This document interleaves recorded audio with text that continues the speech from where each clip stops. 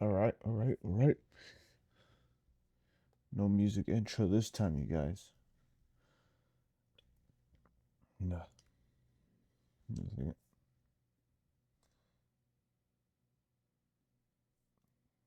Dashboard.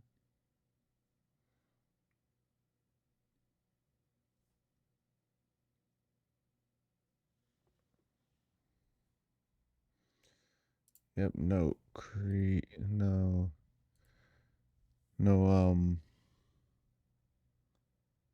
you call it? Shit, I just lost my train of thought. Um, no freaking music this time. No musical intro. Instead, it's just me right here. Here we go. We're gonna get to this stuff. I told you guys we were gonna get to this stuff. And I was gonna stream today. And yeah, here's the new update about everything that's went on. So the if you guys haven't seen my last stream, which it's also a VOD, so if you guys want, you guys actually look back at it. My neighbor's dog on a few days ago on Thursday. I think it was, yeah, it's because today's Sunday. So yeah, on Thursday they when I was checking my mail in my driveway, their dog attacked me and ended up giving me stitches. And I looked at the Twitch TOS, so you guys could take a look. As um, I am getting a little bit more better now, but as you can see, like stitch right there. So I checked TOS to see if I could show my stitches, but and it says yeah I can. So it's like right there. There's 10 sutures because they actually did one right there. See that dot right there? They did actually do a stitch right there. And then there that one other one that's even smaller, that's also a teeth mark as well. Same with this one. But yeah, there's 10 stitches that I have in total. And it looks like it looks like it's doing pretty good. It was swollen a few days back, which is why I had that armband thing.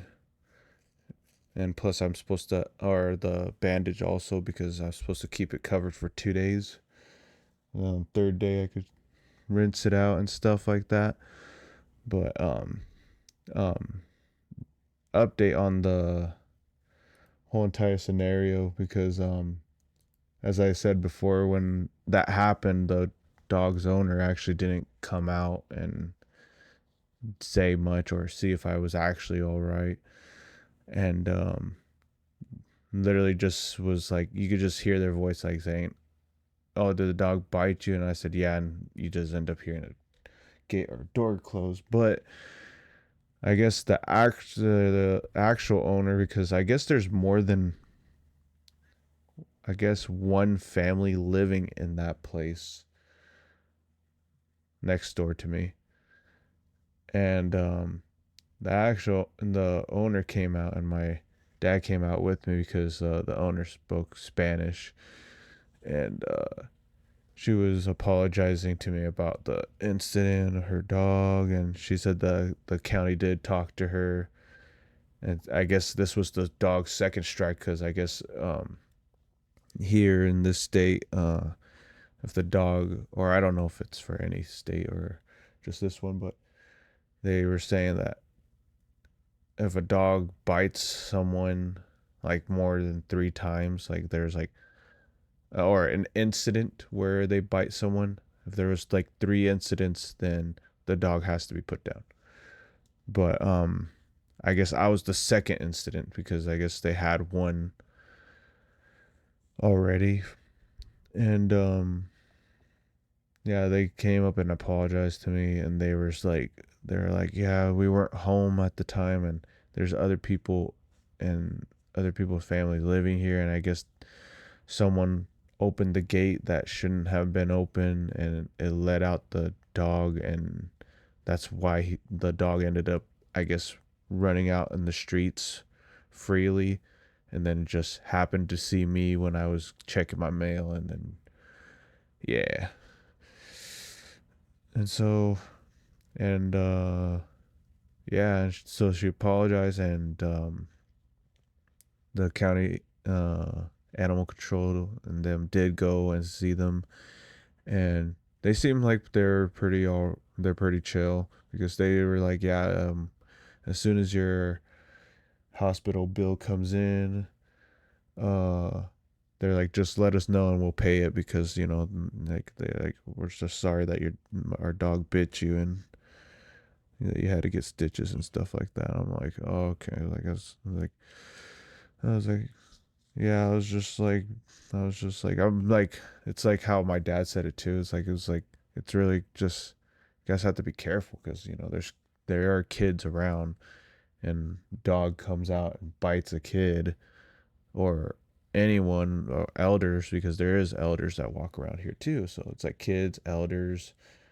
sometimes even family members walking down my neighborhood, and then all of a sudden the dog gets loose for some reason because someone in their household, because there's, I don't know how many families are living in there, but they said there's more than just their family. And it's like you just need to make sure that everyone in that household just keeps a keeps it locked down, because anyone like me could have got hurt, and I know now I have like 10 sutures. Yes.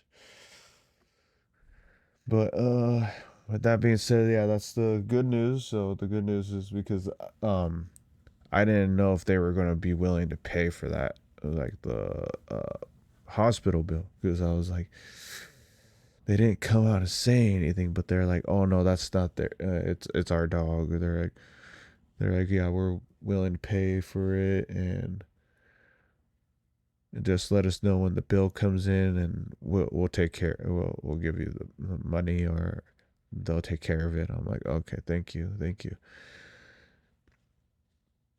Yeah, because we were just like wondering, like, are we gonna have to like do something like get police involved and sheriffs or whatever that we need to get, because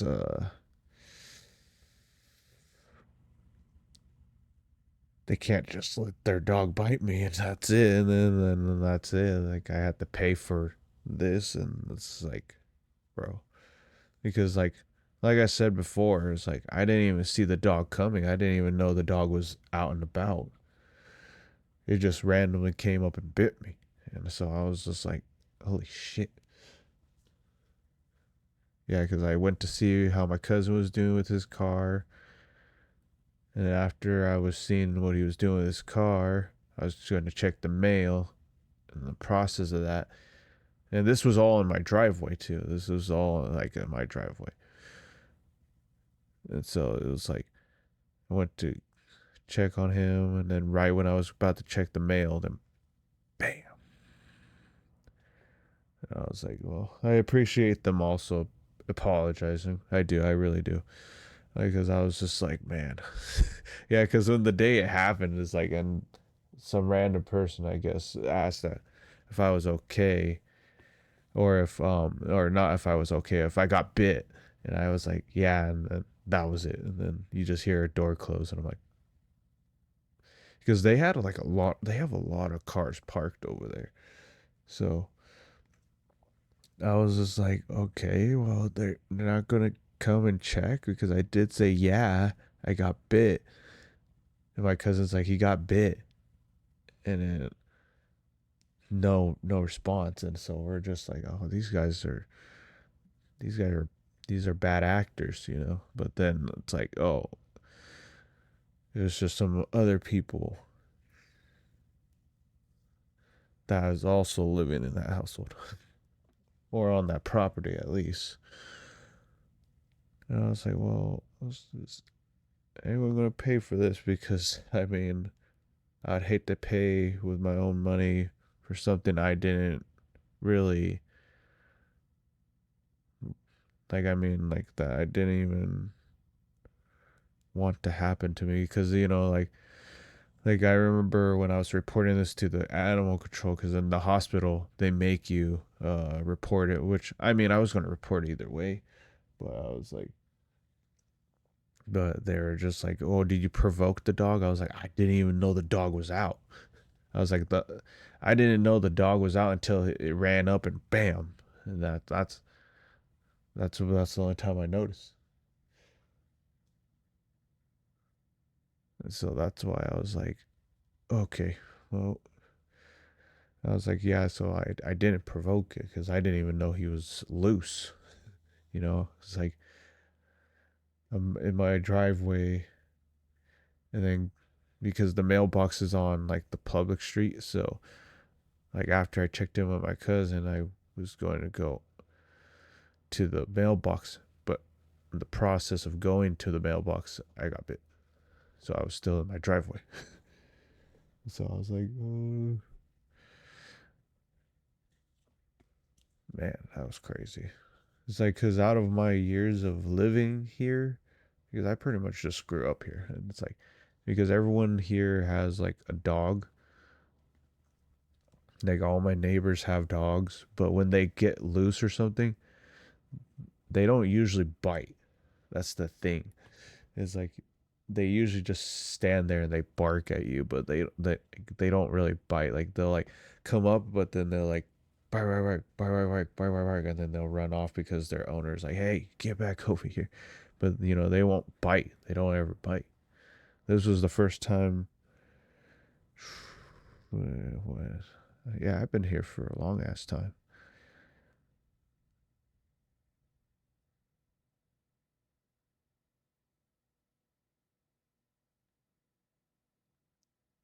Yeah, I think I've been here since '03, and I was born in '98.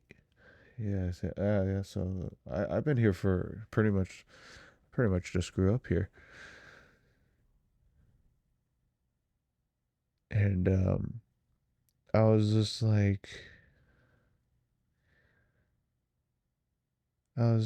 man, that's the first time that ever happened. Yeah, this was literally the first time that ever happened to me. I was just glad that the dog didn't bite anyone else though. That's my biggest concern because since my cousin was out there, doing his car thing, and then like I mentioned before, there's other kids and elders that walk up and down the street of my neighborhood. It's like, and that dog was loose. It's like, imagine if that dog saw anyone else. I'm just like, damn, this could have happened to someone else. That sucks. But yeah, I was like, but uh, yeah, pretty much that's about it. And but the good news is like we talked to them, we patched things up, and I was glad that they were open to talking.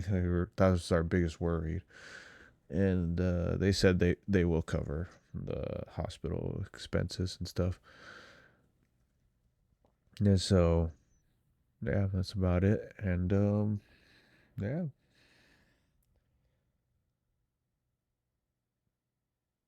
So without further ado,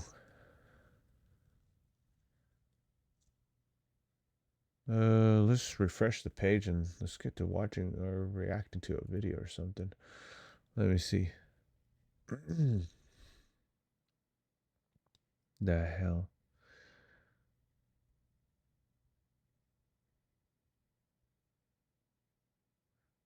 I have a hole in my stomach.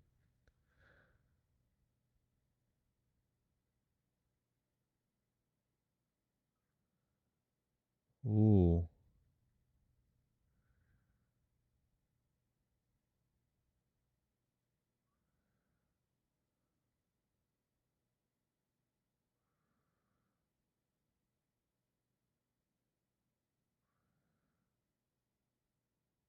God damn.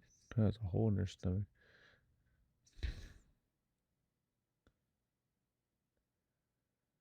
Alright, let me see. Who should we watch? I want to watch just like one video because I know like we're supposed to play games as well. I see. Hmm.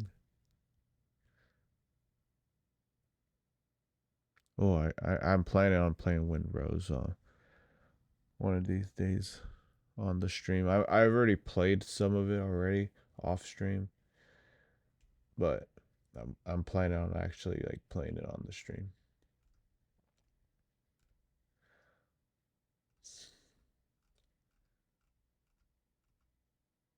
Hmm.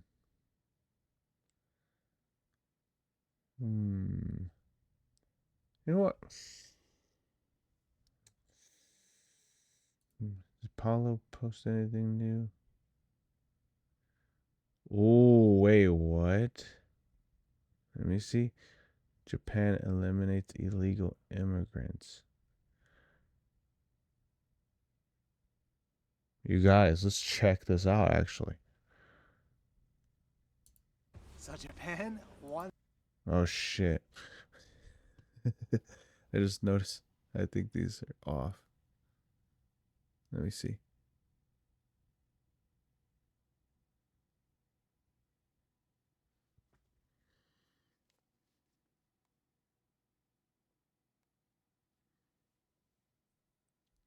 Yeah, these are off. So Japan wants to eliminate all illegal immigrants. As of early this year, Ooh. Japan has about 68,000. Compare that to the US, which has about 13 million. But for Japan, this is not good enough. Japan wants to bring their numbers of illegal immigrants down to zero, which may be scary for some. The Prime Minister, Takaichi, last year announced a Yep. zero illegal foreign resident plan, aka the Zero Plan, to crack down on illegal immigrants and overstayers, which builds on the country's already existing immigration laws and policies, highlighting that Japan has seriously one of the strictest immigration enforcement systems in the world, and it's gearing up to get even stricter in the future. I'm not gonna lie, some of you might even be surprised when I share with you 5 laws and policies that Japan already has when dealing with illegal immigrants and overstayers, especially for those of you who feel that borders shouldn't exist and that everyone should be free to live wherever they want. Now, as someone who's lived here for more than 20 years though, who I always disagree with those people that have that kind of mindset. They're like, we could live wherever we want. No, you cannot. If you are not respecting that country or that culture of that place you want to live at, you do not belong there. That's in my opinion, because that's like going to someone's house and just being the most disrespectful little prick you can be. So I always I always like, I was gonna say disrespect, but I always disagree with a person with that kind of mindset. It's like, oh, like, because like the when they think like that, they're just like, oh yeah, I could be myself no matter where I go. It's like, I mean, are you gonna disrespect? Because by the way that tone is, it sounds like you are, and it's like, yeah, because it's like, and and sorry to burst your bubble, but no, you can't just live everywhere, anywhere you want. You know, you have to, follow the rules. You have to respect their culture, their way of living, their, you know, you just have to adapt to their ways if you really want to live there. And it's like those, those people like that, man.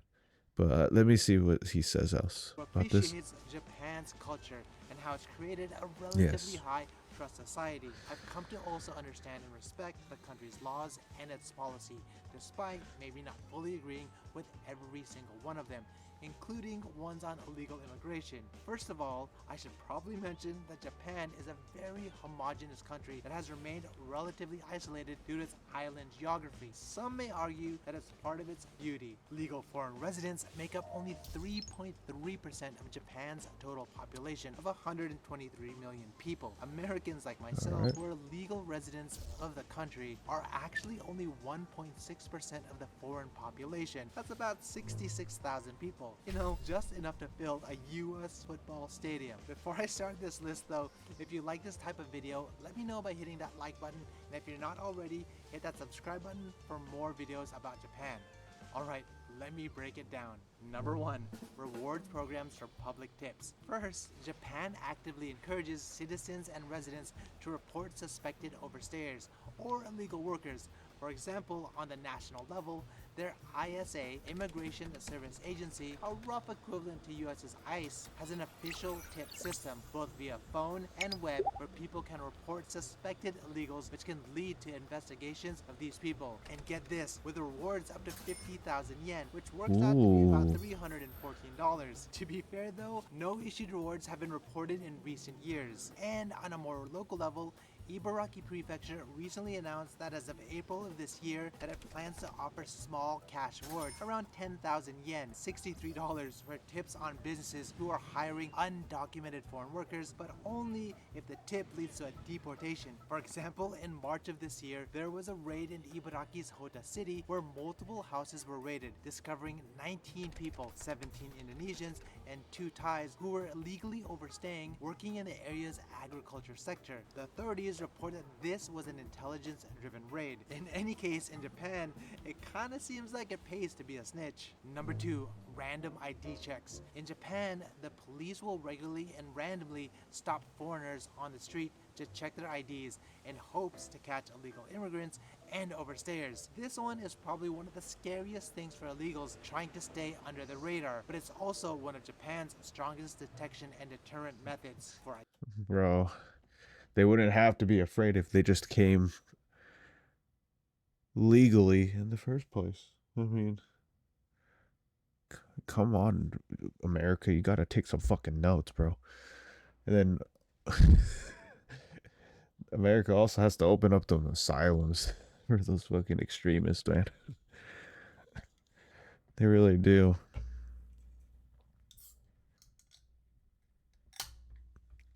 I get into it, I should mention that I'm not a lawyer. I'm not giving you any legal advice in this video. If you have any questions about any of this, check with a real lawyer. So what I understand is that it's not legal for Japanese police to randomly stop people on the street and check their IDs. But the Japan police operate under 2 laws to get around this, so they can catch illegals. 1. Police are legally able to stop and question people, including foreigners, if there's reasonable grounds, like unusual behavior or there are surrounding circumstances. And 2. By law, foreign nationals like myself are required to always carry our residence ID cards, which we all get when we become a resident here. It has my photo, Yeah. address, personal information, nationality, and even my visa status. So police are legally allowed to ask for my residence card if I'm being questioned on reasonable grounds. This gives police enough gray area to profile foreigners and check their IDs. Yes, foreigners can refuse by law, but in practice, refusing to show their IDs to a police officer likely raises even more suspicion and will often result in getting asked to Escalate. go to Yeah. the police box, which again further escalates things. And by this point, the police are not. I mean, I don't even get why someone would even decline it. It's like if they were, because I never got stopped when I went to Japan, but I mean that's before this happened, but I mean if they were to stop me over there, like when I go there again because I'm going there in November, I would just be like, "Oh, well, here's my passport," because the passport has like the little visa sticker that says how many days I'm able to stay there. And they'll be like, "Okay, it's cool." And I'm like, "Yeah, yeah, just show it us." I mean, honestly, it would even be the easier option. It's just to show. Oh, excuse me. Because you got, it's like I said before, it's like you got to remember you're not in America no more, or whatever country you're from that lets you say, "Oh, I have rights," or "I could do this," or make lets you do whatever it is you do. It's like this is a different country. You got to remember that. This is a whole different playground. This is a whole different ball field. This is a whole different land. This is a whole different culture. They have their own ways of doing things. Either you respect it or you don't, and you just don't go there. Me, I respect their culture. I actually do. I really do. So that's why I love going over there. Even when I first went over there, I was respectful. I just read their signs because there's some stores that don't want foreigners in their store, and then if I see the sign, I'd just turn around and I'd just go somewhere else. It's as simple as that. Because I've seen people on videos, they'll like, oh, what? That's bull. Like, you know what? They have to accept it. I'm like, what do you mean they don't have to accept it? The hell you're talking about? What's wrong with you? And it's like, dude, just don't go in there. It says not to go in there. Like, do you do you need to be in elementary school again, like, or what? Like, you really need to learn all this stuff again? It's like you really need someone to tell you keep your hands to yourself. You really need someone to assist you and be like, oh, you can't go right there. Don't do it. No, I'm gonna get the spray bottle and shit like that. No, you guys are all goddamn adults. And if you're not adults, then you're young adults, which is teenagers. Like, you're young, even young adults should know better. Adults, elders, young adults, teens, they should all know better. It's like, come on.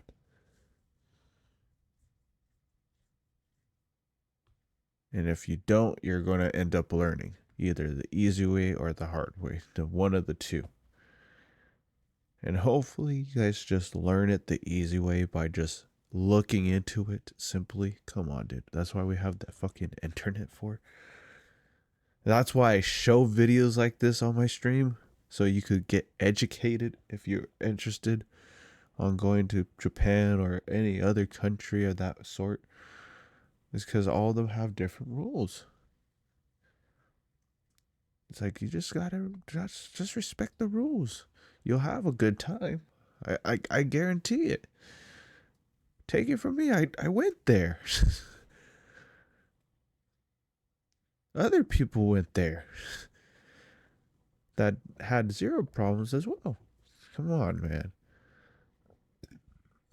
Well, I'll let the video continue. Gonna let a foreigner go. If you're here illegally, well, it's kind of game over when they ask to see your ID. And maybe one of the reasons why police so often perform these checks. In fact, many Japanese citizens support random ID checks, believing that it helps protect their safety, as many believe foreigners are a large source of crime. The thing is, crime rates in Japan are relatively low by global standards, with only about 770,000 reported penal code offenses in 2025, compared to the US, which had 14 million reported criminal cases Ooh, in 2024 alone. This I is knew one he of the was going to things I show that. appreciate about Japan the most. Interestingly though, when you break things down, long-term foreign residents, excluding short-term visitors and tourists, actually account for only about 2% of Japan's total crimes. However, relative to their population share of about 3.3%, their per capita crime rate is 1.72 times higher than that of Japanese citizens, which is why some Japanese feel unsafe around foreigners. Personally, I've been randomly stopped in Japan for ID checks several times while walking. When I'm polite and I promptly show the police officers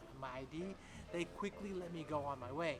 Now, if I decided to refuse their checks, well, there goes the rest of my day. They're not letting me go until they find out who I am. Luckily for me, I live in Japan, and there are so many awesome things to experience. But if you want to experience Japan from the comfort of your own home, Sakurako, the sponsor of this video, wants to help. I, I had a feeling he was going to go to a segue, dude. Oh my gosh. Oh god. Bro. But yeah, it's like he just said, like, see, like he even gets asked still.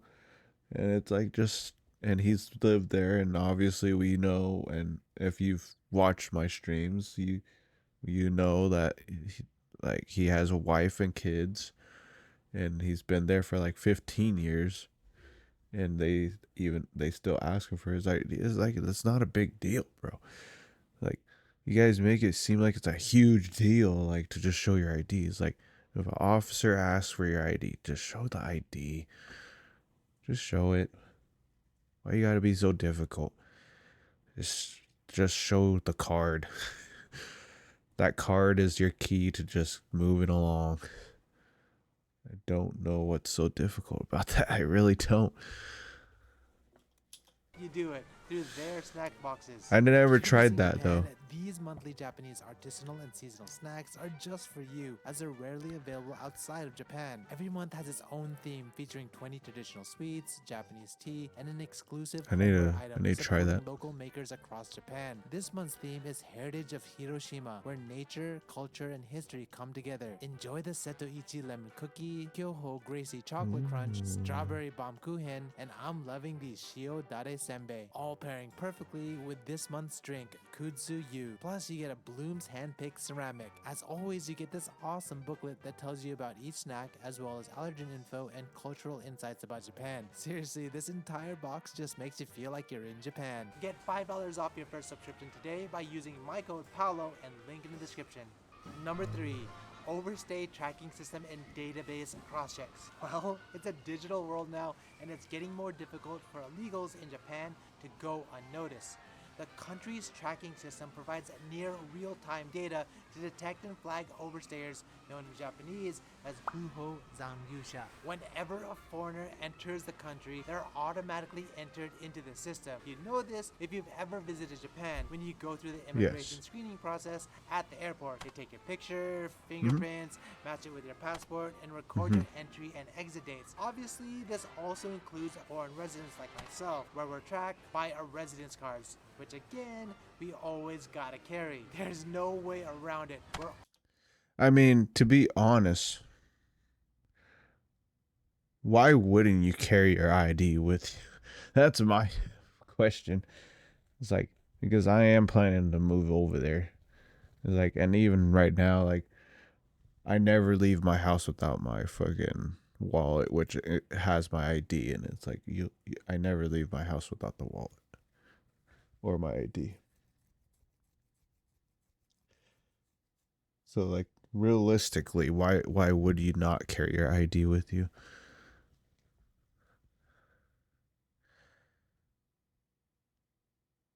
It's like, yeah, and then it's like we're all being tracked. Yeah, honestly, it's like, excuse me, but yeah, we're all being tracked, dude. We're regardless, even let's say if there's not even any laws like this, we're still being tracked either way. Let's just be real. All being tracked in the system, including when our visas expire. That's why this And doesn't bug that's me. not just it. They take this info and cross-check it with other government bodies, such as Hmm. Japan's police database, labor ministry, and even local government municipalities. They know where you live, if you move, what your health insurance is, pension, tax payments, etc.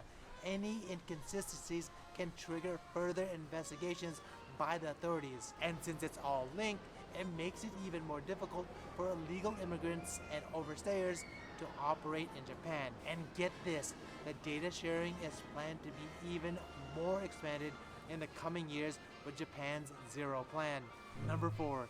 Immigration detention centers. Once apprehended and Ooh. a deportation is ordered, then illegals are moved to one of Japan's immigration detention centers. It's not a prison, but it's very much described as prison-like. In other words, you don't want to end up here. The daily routine is a strict, regimented Yeah, I schedule was gonna with roll say. calls, set meal times, I and don't think limited you want to free be time there. exercise. Again, let's just keep on saying it's not a prison. A majority spend under 6 months here, but a significant portion spend 6 months to 2 years, and in some cases, several years. What's even scarier is Ooh. that there's no actual time limit at the moment for an illegal to be held here. That said, though, Japan's Zero Plan is making a stronger Oh push. shit.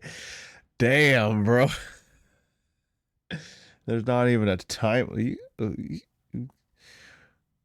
guys better be careful out there. Don't be trying to fucking don't try to fuck around and find out. You definitely don't want to do that there now. Hey, I know you guys saw that Johnny Somali guy do that shit, but I think they learned now. Not like honestly, man.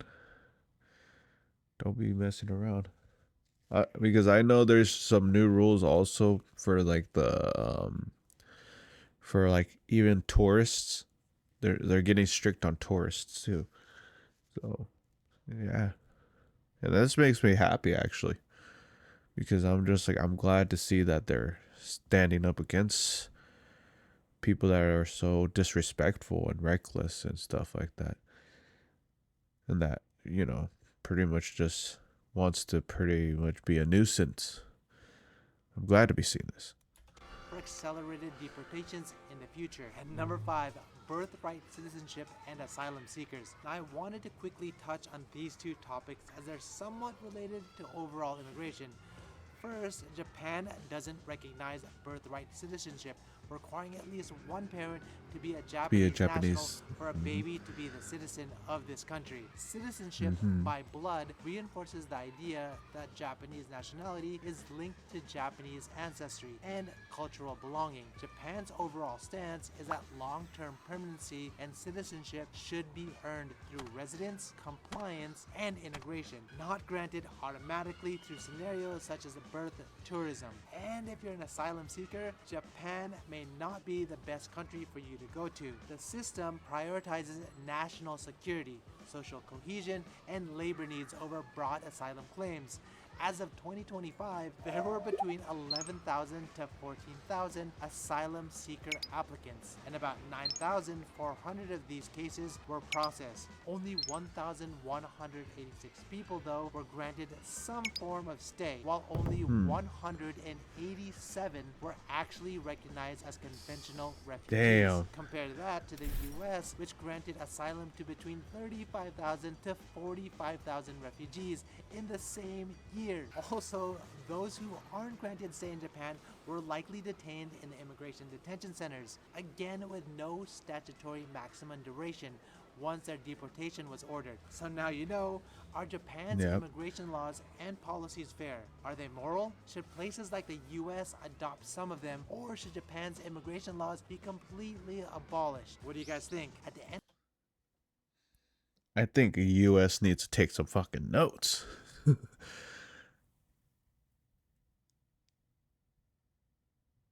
It's like, come on, dude. You guys need to really take some notes here.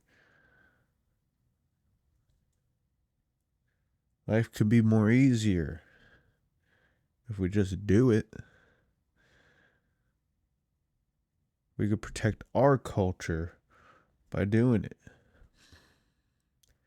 Even though from a few years from now, I'm not going to say protect our culture because I'm gonna be over there. Well, my goal is to go over there, so I'm gonna be ended up saying their culture.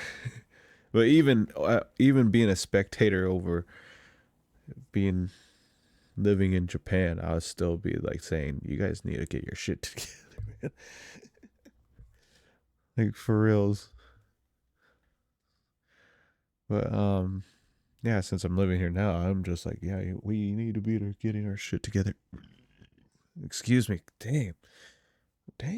This Dr. Pepper really making me fucking burp. All right. end of the day, Excuse me. Japan is Sumimasen. Japan due largely to their homogeneous population and unique geography. It's the reason why many foreigners fall in love with its culture and why many want to live here. But would Japan still be Japan if they adopted more lenient immigration laws and if there were more foreigners living here? Would Japan still be able to maintain its culturally rooted strong work ethic, high quality product standards, excellent customer service, and even its relatively safe streets? Would life improve with more foreigners living here? And if it doesn't improve, does it even matter? Only time will tell. But I mean, letting them all in is not the answer, as you can see with our country. That's all I have to say. Because it's like, you know,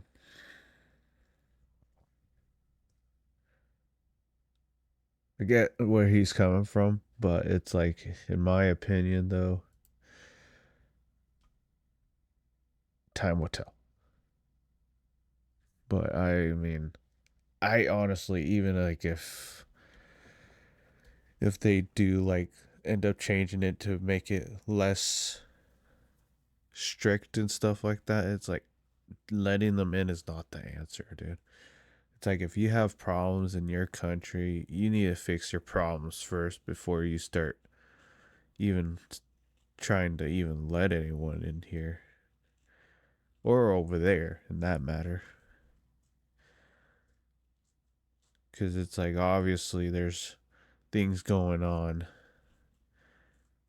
that your own citizens have some problems as well. Or sometimes it's probably just like how over there in Japan they probably just want to keep their culture the way it's been because it's how it's always been, which is fine. I mean, like I like their culture. I like their ways of just like going about with their laws and their ways of having like certain like communities and prefectures because I see that stuff and I'm like I like how their communities and everything are. It's pretty chill in my opinion. And yeah, it's like I just was like they just needed like regardless if they go easy on the immigration or they get more stricter, it's like the result of that country depends on the country. But I feel like if they ease off of the immigration laws, it will definitely guarantee to make it harder. It will. Because that's what happened here. What happened here is like, things were getting pretty rough because, for some reason, like, asylums, institutions, and stuff like that are bad for some reason. We don't know why. Who the fuck said that? We need to find people like that who said that and put them in one because, I mean, with asylums and institutions, like, you know, the world was at least a little bit more better, or at least this country was a little bit more better. And then, no, but no, instead they let everyone out. And then all of a sudden we have open borders. We let a lot of people in. We let a lot of people, even before like recent time, they still were like, even in the 90s, they were letting a lot of people in. That's how drugs came in. And the whole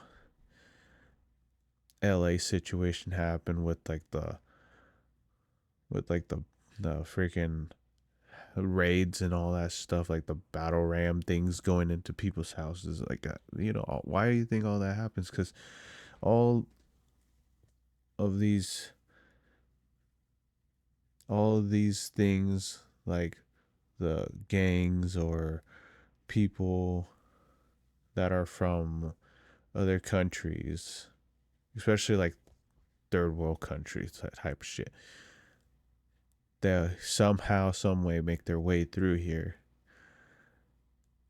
And, you know, sometimes some come with good intentions, but it's just a big number of times they come probably thinking that it's going to be different, but they still have their habits of when they were living at home, which comes to what I was saying earlier. Is like when you're moving into another place, you got to learn to adapt through your whole things, like, especially if you really want change in your life or anything.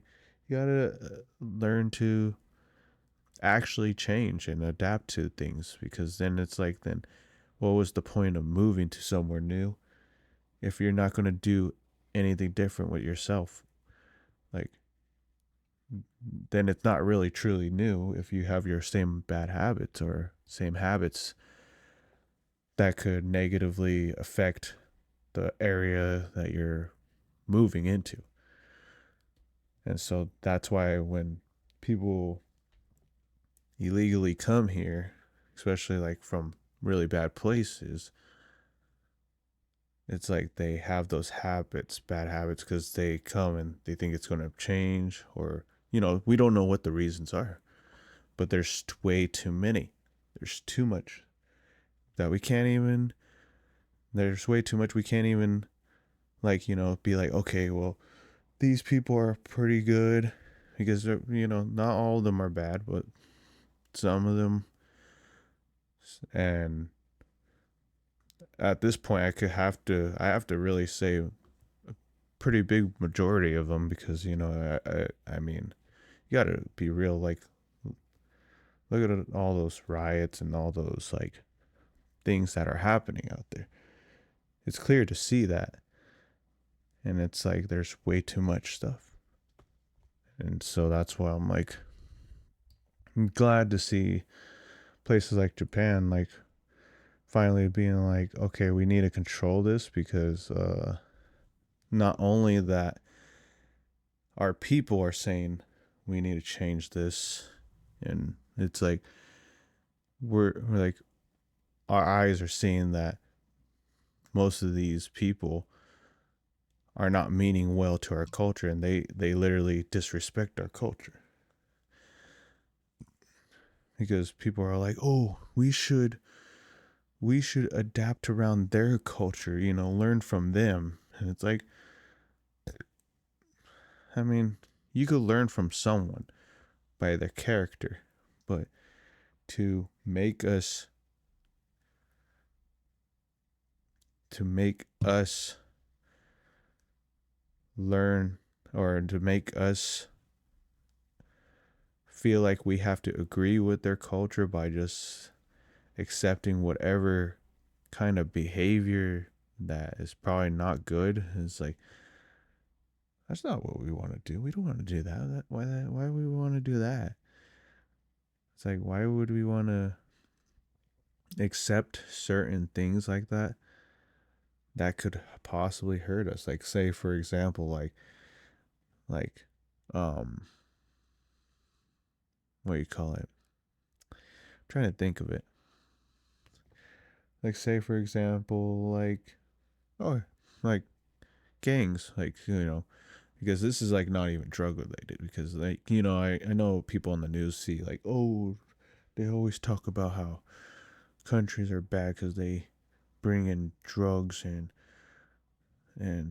stuff like that, and they do say gangs too, but I mean that's the example that I could mostly bring up because, it's like gangs. It's like, do I have to be in one? No, I don't. But it's crazy how this whole entire place is like just accepting that there's these people with like a bunch of tattoos and all tatted up to come through these borders and just, you know, and sometimes they, or most of the times, they don't mean well. They don't. And most of the time, they also influence others and radicalize others. And sadly, I've seen some of my cousins, they have led to a really bad path. And I can't completely blame them either because it's also their parents. Because, but then again, my cousin's parents, which is my uncles, they're also influenced by gangs. And it's like we need to subtract that. We need to do something about it. Like, there's a lot of problems here. And we cannot be accepting more people until we get this whole thing under control. Because you guys know what's wrong with America. You guys already know. I don't even have to tell you guys. And I'm going on a big ass rant about this because, it's just a fact that, you know, if there's a place like Japan that is really good, and it's like how people would always say, "Oh, Japan's so peaceful. Oh, it's so great. It's so this and that." But then they go to it and then they make it not peaceful. Then for some reason there's people out there that are like, "Oh, we want to test them. We want to go to this society, this culture and test it and see how far I could take it." Those are not good people. Those are not. They People like that are parasites pretty much. They're poison to society.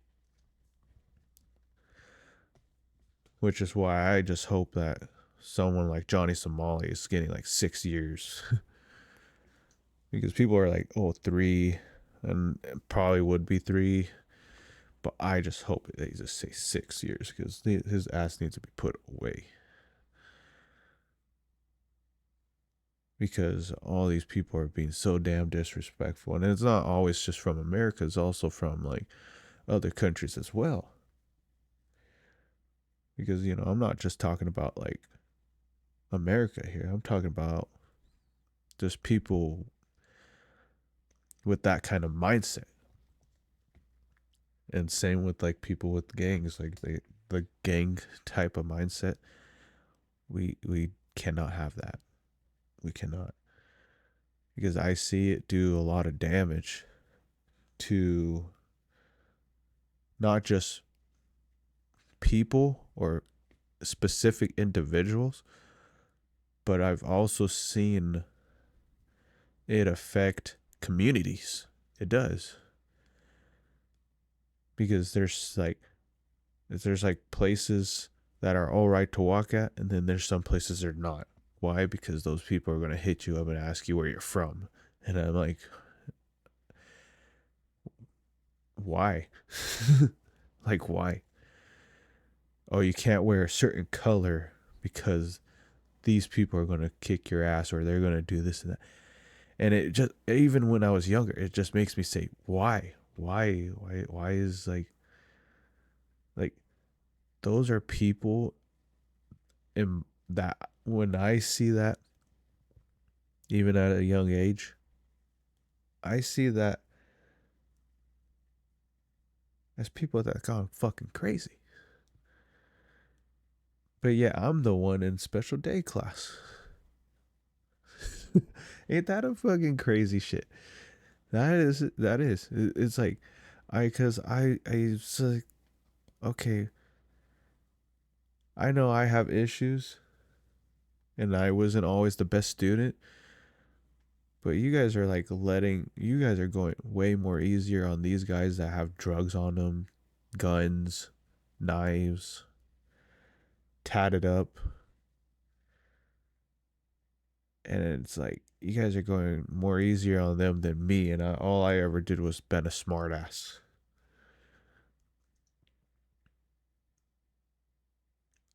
And it's like, it's just crazy to me how, like, the society that we live in is like, they see these people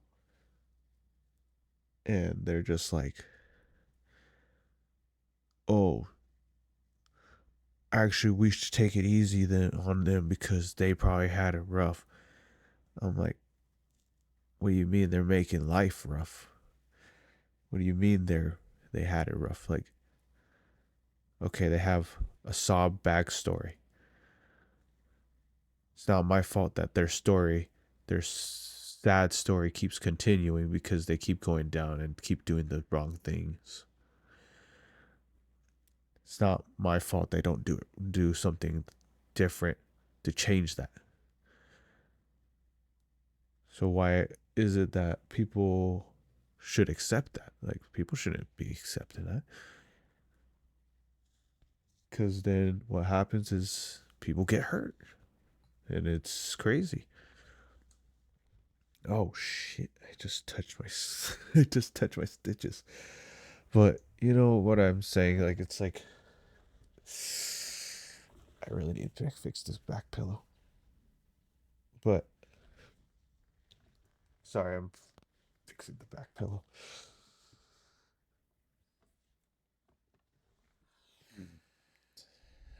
But but yeah, and it's like how my sister was saying, because she was saying this, and it really extremely, absolutely, undeniably made me feel uncomfortable. Was her boyfriend is from LA, right? And he comes up here and he was kind of acting annoying. He was kind of being loud and kind of, because usually he's quiet, but he was like being loud and rowdy and shit. And I was just like, man, what the hell is up with that? And I was like, and he kept telling or asking or like kept saying, "Oh, you're making breakfast for us. Oh, that's cool. We're gonna eat that." I'm like, bro, I'm cooking myself breakfast. What the fuck you going on about? He's like, "You're not making that for us. That's messed up. You should make us that. Make us it. Make us it." And I'm like, "Oh my, I'm knock your shit off." And so, my parents being the main people for the household, which is where I'm living it, which is my room right here. I told them and I was like, niece's boyfriend needs to chill out, which is my sister's name. And I was like, yeah, my sister's boyfriend needs to chill out because he was acting up and he was like being all loud and rowdy. And then they had an argument. Then I overheard that he wanted to smoke in the room, and we don't allow smoking in here at all. And I'm just like, yeah, he's acting up. He's acting like a fucking animal.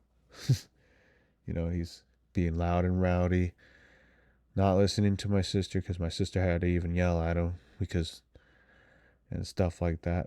Because, yeah, it's just like, and then after that happened, like, I talked about it with my sister, and she was like, well, you got to understand, June. He comes from a place where he has no rules. He has no um curfew, no nothing, and no one ever says no to him. And I was like, and she's like, and that's why I bring him up here. And then when she said that, I'm like, are you trying to say our safe haven is a training ground for this motherfucker? And she's like, look, I live here too. And I was like, yeah, I get that, but you're not the only person that lives here.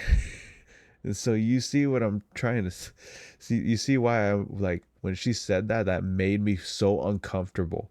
It really did. But she won't listen. So, I mean, she'll never get that. And I won't make her get it. You know, I don't think she ever will, but that made me at the most uncomfortable ever when she said that. I was like, so you're basically telling me to accept that this is his training ground because he live here?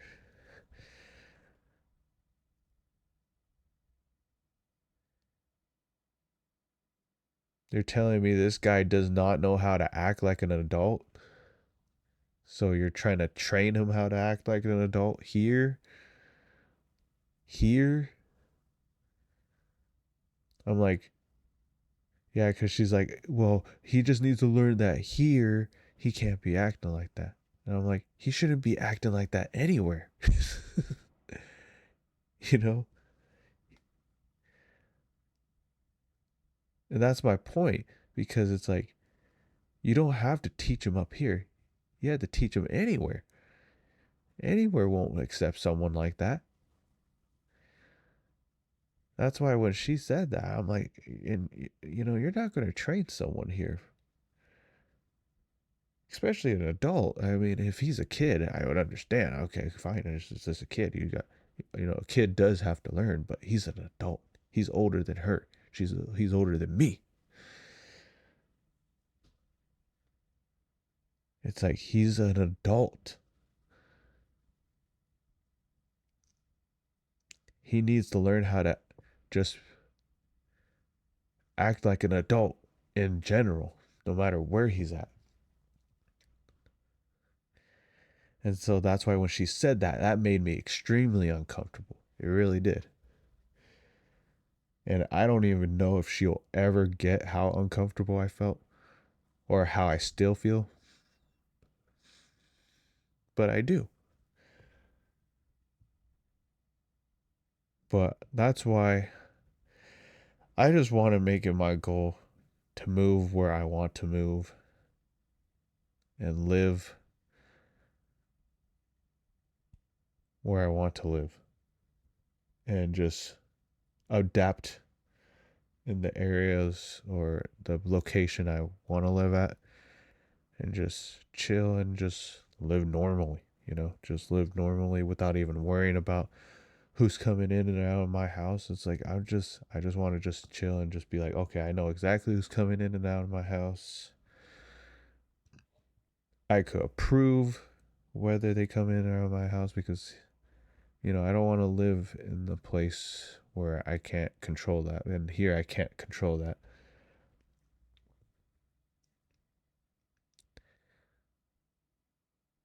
And I mean, like, if my sister's boyfriend gets his act together, then of course I would be like, okay, yeah, you could come into my house, but one act of that, of the way he did, out of my house, out, out, OUT, out. Yep, that's why I'm just like, you know, that's why it's my goal now. That's why this is the whole me moving to Japan trip is my goal. Not only just because I have more control of the place I live at, but also because, I want to also live where I'm comfortable at and where, you know, most of my hobby surrounds the nation of Japan. Because as you can see on my thing right here, Godzilla, like video games, anime, and all that history. Are people mad about America about here?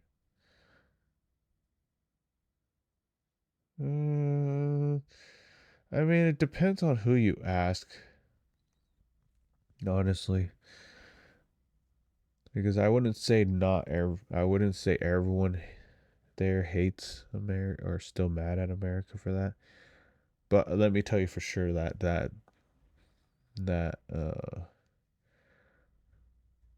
they probably feel a certain way about Donald Trump's comment about the fucking what do you call it? Trying to remember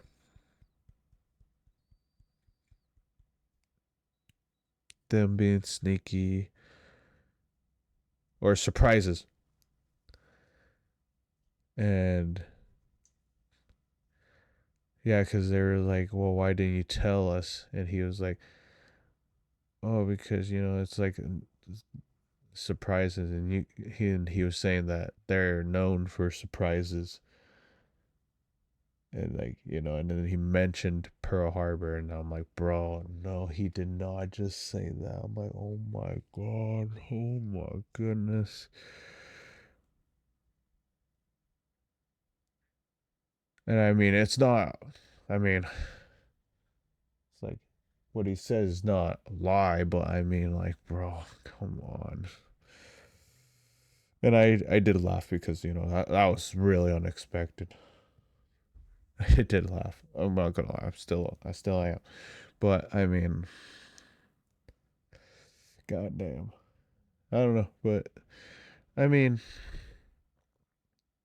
when it comes to Japan, them, I feel like they like to move forward rather than backwards and hold the grudges. I feel,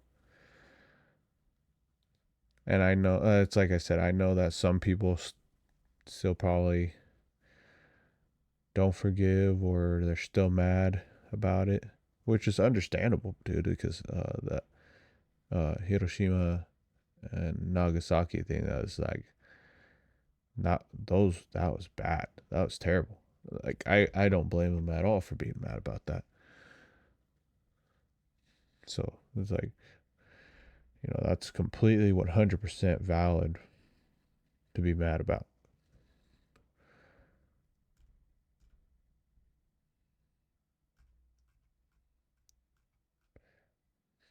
But as one person to another, I wouldn't recommend to hold a grudge forever. We don't have time for that. There's a lot more things in this world to do than to hold a grudge. There's a lot more things to focus on than the past, you know. So I know I've been ranting forever, but we are going to go into a game, and I decided to try out Diablo 4 again. Yes, indeed I am. We are trying out Diablo 4 again, but I'm going to actually pass the Vessel of Hatred because I wanted to really try out the Paladin. And then plus I saw some gameplay for like the Lord of Hatred and it looked pretty good, honestly. Looked pretty good. But I was like, why not try it? So, in 18 hours I am going to be playing the Lord of Hatred. Will I be streaming it? I'm still debating on that. Just because I don't want to like stream it and then play it a little bit and then I'm like, oh, do I really like it? No. And then just fucking drop the whole stream. But yeah, with Diablo 4 I'm gonna give it another shot. And so I wanna be playing some of that. I already built a paladin class for this season and um for this freaking expansion, the Vessel of Hatred. So I want to be playing that, and I don't think I'm halfway through the second expansion, but I mean I am going to pass it before the new one comes out. So that for sure I'm going to do. So, but before then, before that, what do you call it? Oh, wait a second.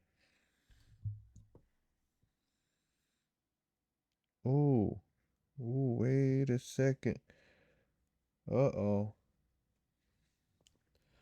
Is there a certain flyer or a certain mosquito or spider I didn't see? I think this was a mosquito. I think it just bit my hand. Well, I better be careful because I have this other thing out here. All right, but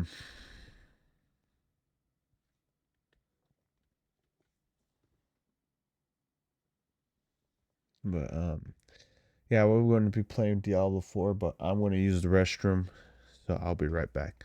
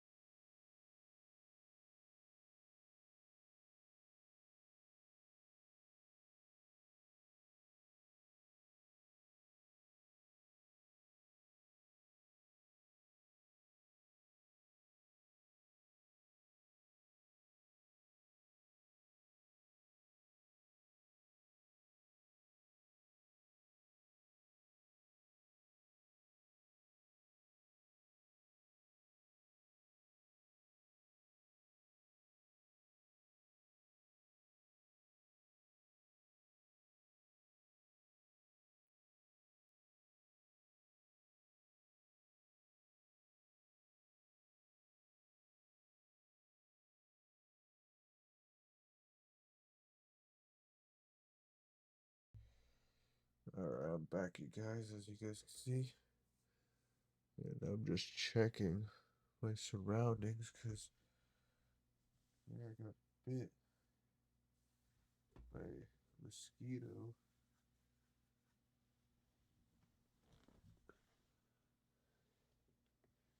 And it concerns me because, not really supposed to have anything trying to mess with this, especially something like a mosquito, because I got bit.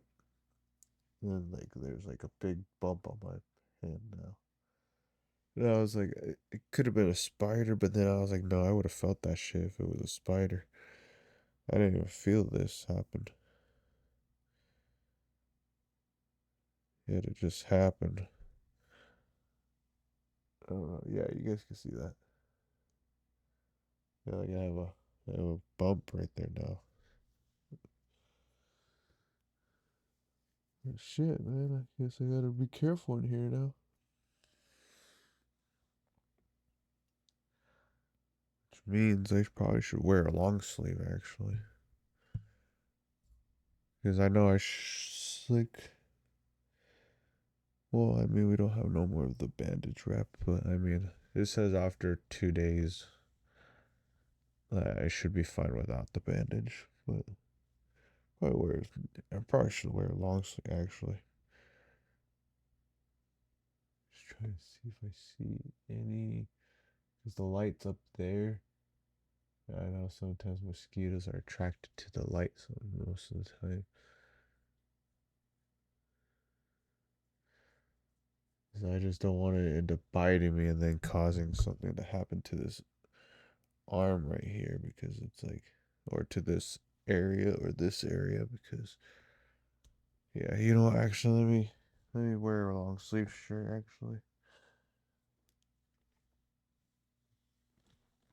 I don't want that to happen. Wait a second, you guys.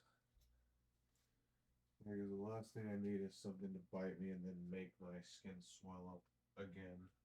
That area. Let me see.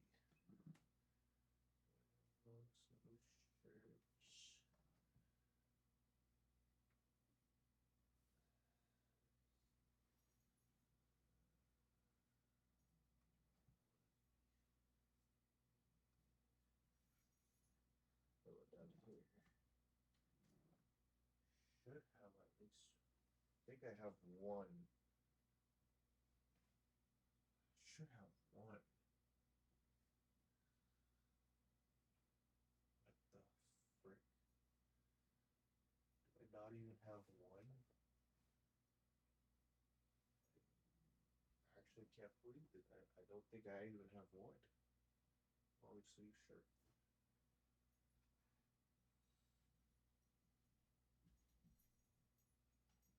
Here.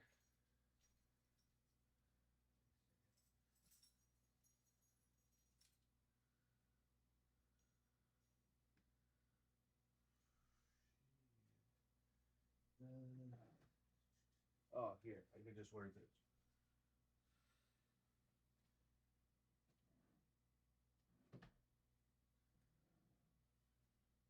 Yeah, cause I don't want to get bit in this area. So to lessen the chances of that, I'm gonna wear a long sleeve sweatshirt to avoid that.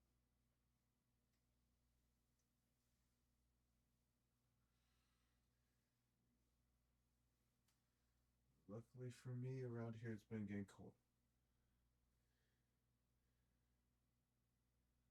Alright, so I want to wear this because I think I think I either misplaced my long sleeve shirt or I might have thrown it out. I don't know. Is this it? Oh wait, this is it. Oh man. Okay, well I'm not gonna unbury that.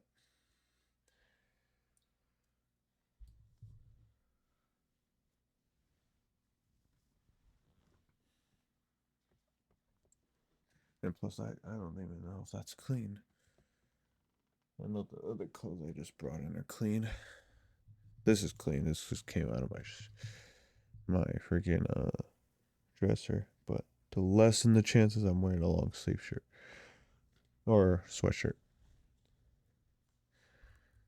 Yeah, because I can't believe that. I don't even know. I didn't even, like, usually you'd hear like the mosquito buzz around, but I didn't even hear that. It was just like, yeah, you see the bump. It just fucking randomly bit me. And I'm like, or I just got a bump and I'm like, what the hell did that come from?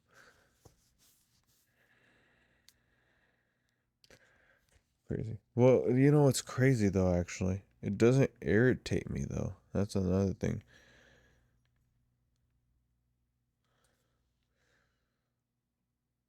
Because usually stuff like that's supposed to irritate. But I don't know. Let's get into this then. No, actually, before, let me update this very quick.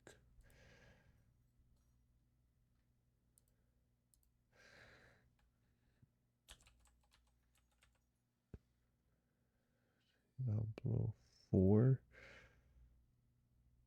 update. And we're going to play some games.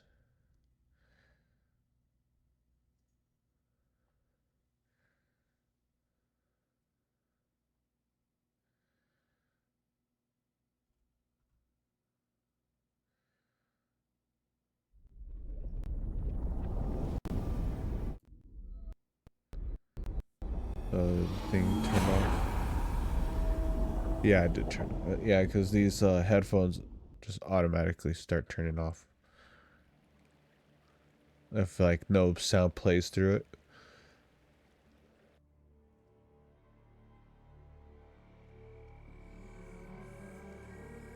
Oh, and as for my sound alert, they should start. They should be working still. Like check it out. It should be working. Like this. Let me see. Oh wait, like that. See, now I can actually hear it.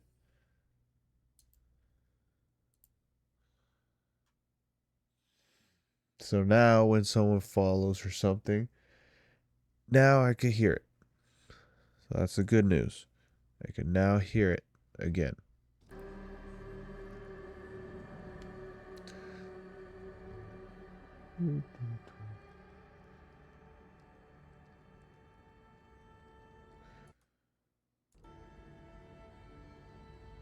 Actually, why does that look way more colorful than this? I just noticed that if I put display capture, it looks way more colorful than using the game capture thingy. That's actually fucking insane, actually.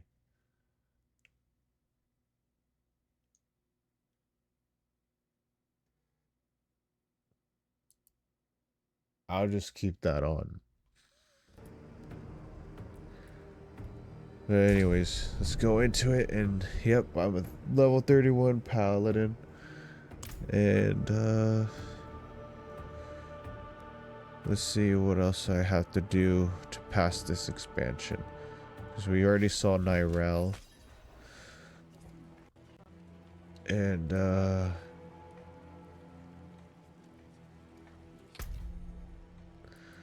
oh, okay, I was gonna say I just saw one of my friends just go in. Okay, that's she's in World of Warcraft, so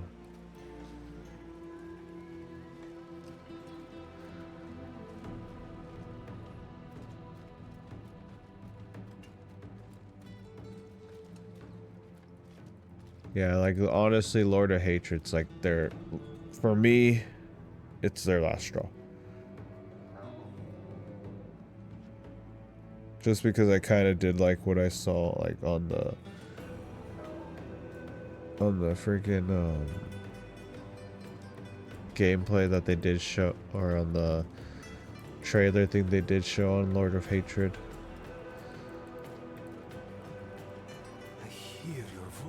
Master, has the time truly come for our order to I return want to to give it a Necropolis? chance. Why doesn't my horse have armor? It had armor last time. Or does it? How far is this place? God damn. I have to go all the way over there.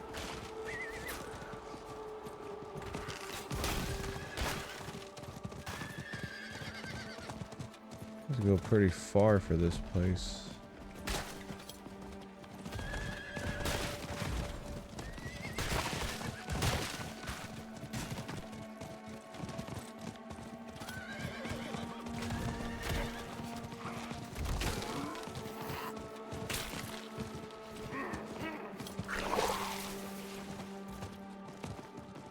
Man.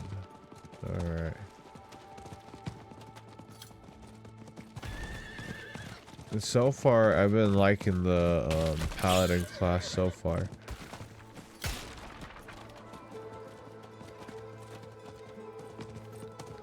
And I heard like on like the day the freaking expansion release, there's supposed to be a warlock actually. So there's supposed to be a warlock class, unless you have to unlock that with Diablo's 2 or warlock bundle thing that they had going on.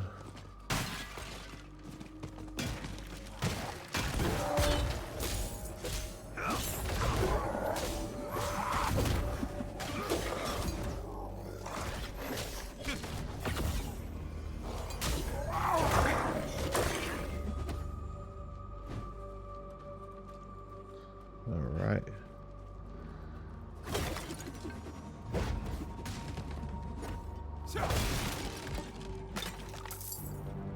Ooh, gold.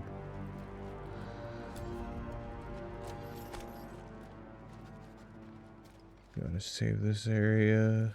I need to keep looking. Alright.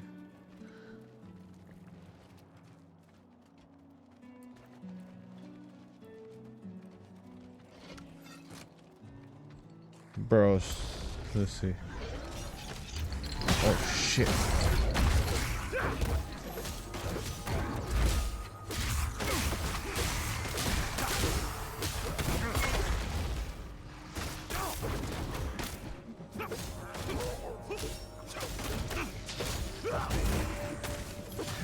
The shield is really good, like the shield throw. What the fuck?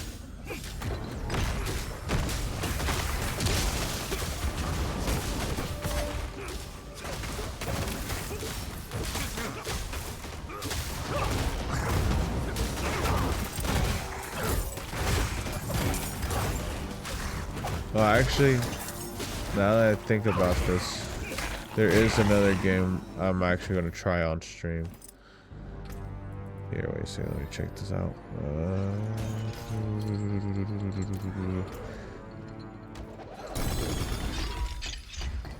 There's a chest armor. Oh, and I got runes, so shit. Wait. Let me check it out. God damn. Cast an ultimate skill. Cast evade. Shrink potion. 200 offering. Here, let me destroy this bastard. Nice. That's fucking easy, actually.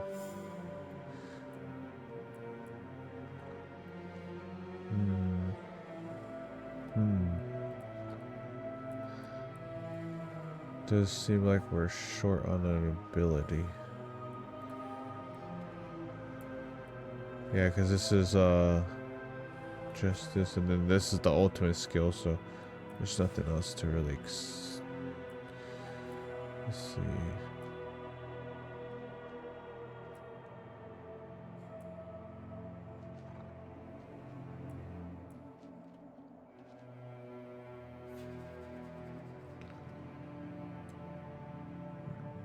I'm just wondering what I should upgrade it on.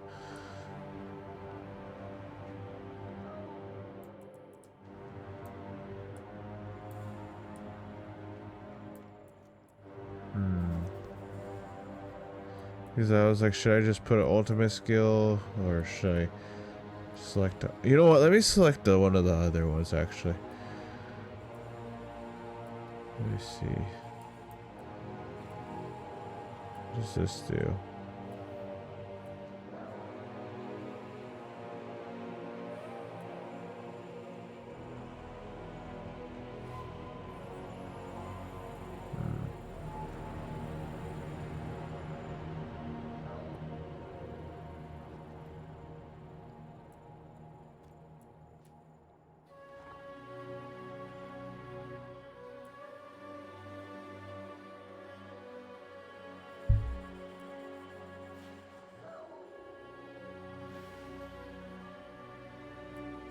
Let's see.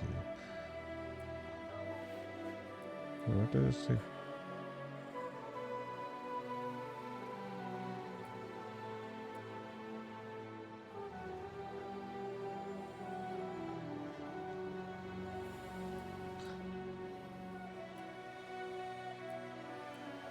So this one I might do.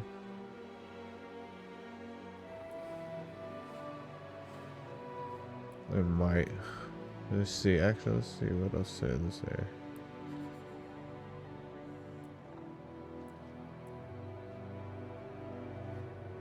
Let's see. Clash.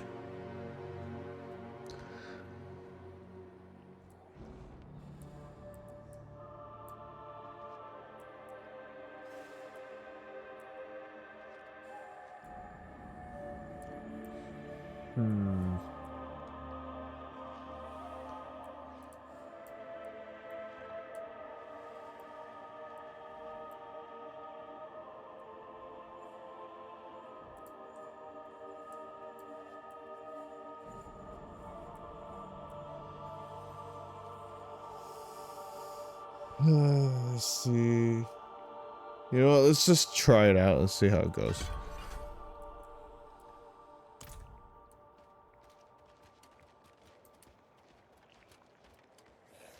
It's number 3, right?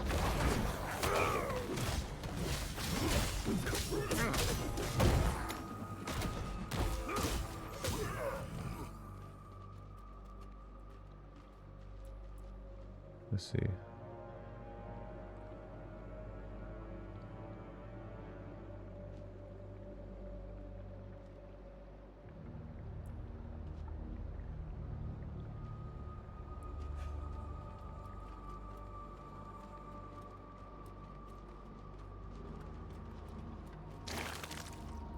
Let's see, iron.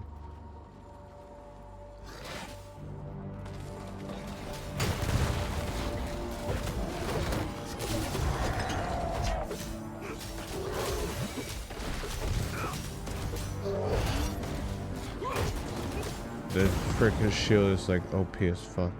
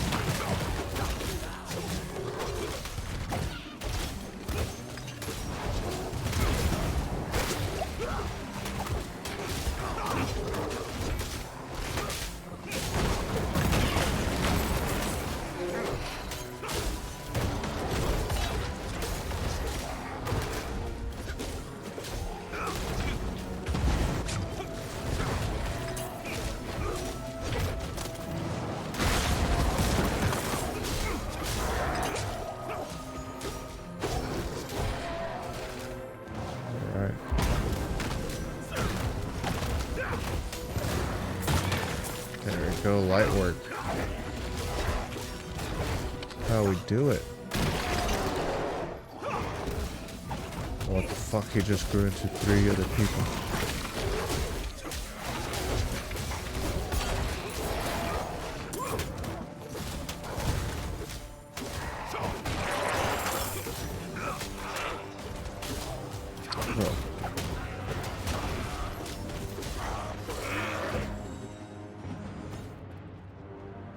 Alright, we have to go over here.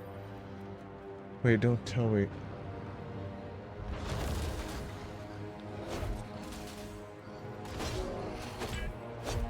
No, wait a second. I was gonna say, I think I got bit again. Because I just felt something. That's why I was like, wait a second.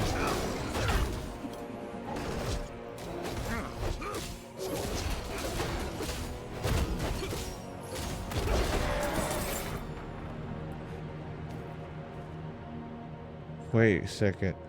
I think there is a freaking mosquito around here. I just don't know what the frick it is. I was gonna say, I thought I felt something on my hand right now.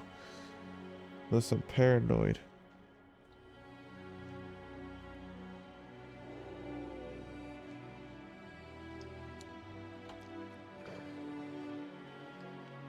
Yeah, it's most likely not that because I'm not really paranoid about really anything.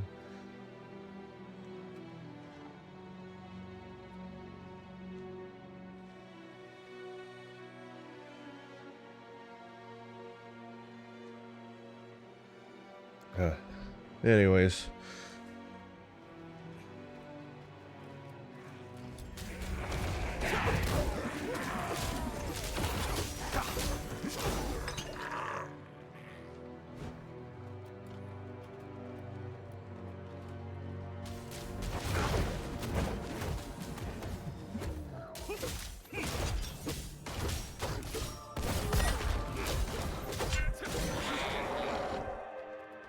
There we go.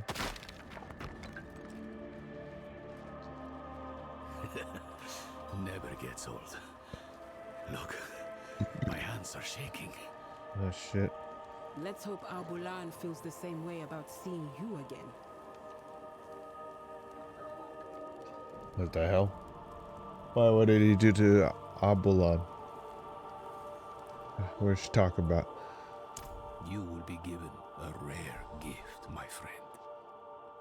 A glimpse into a realm that few know exist and fewer still ever touch. Its beauty will mark your soul for all time. You've got him started now. I was just a boy when I first reached past the veil and saw one of the ancient spirits. I knew then I would spend my life preserving this place. Ah, so you've never been normal. I thought this all started when you trained me.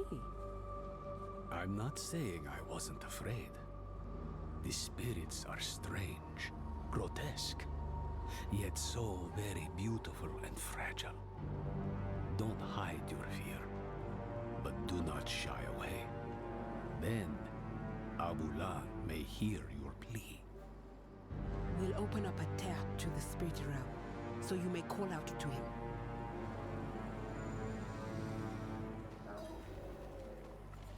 Let's see. Piwu keu, weko ho wubicha, kiha peba.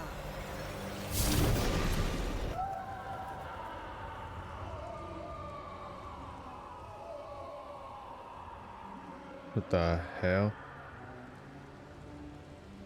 Abulan? Abulan! Something's not right.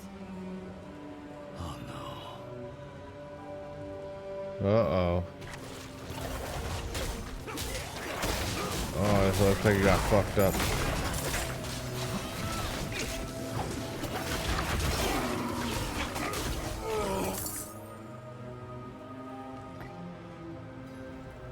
Hollows have breached the spirit realm. We have to go in there. You and me, maybe. But them? The pain will shatter their mind. The light will help me endure it. For Nerel, I will take the risk. Nerel has poisoned the one thing that could save her. All of Nahantu's risk for her choices. We'll need an entryway. He had worshippers once, many years ago. They might have left something to point the way. I'll check their old grounds. Alright.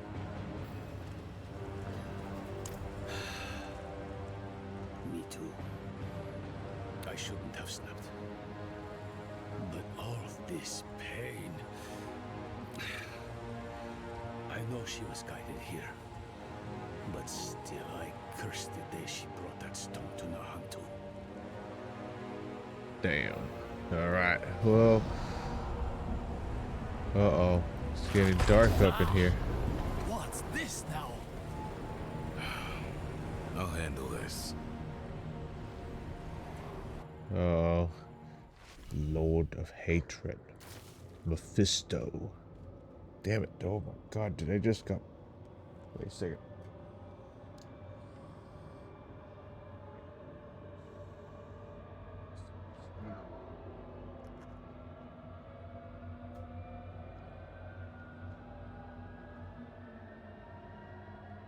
Like just it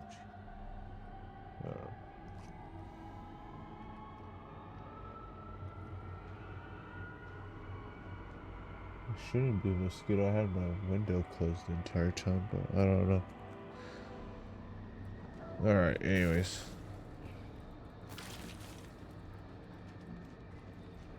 Why did I have to be the one to choose? Did I even choose right? It's because we thought we were all gonna die. She cannot hear you, Wanderer. You think you know her, but I am one with her mind. They put the world on me.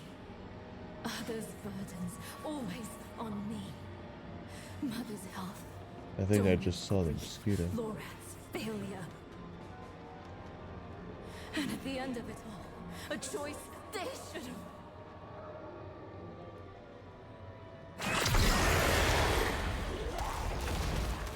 Holy shit.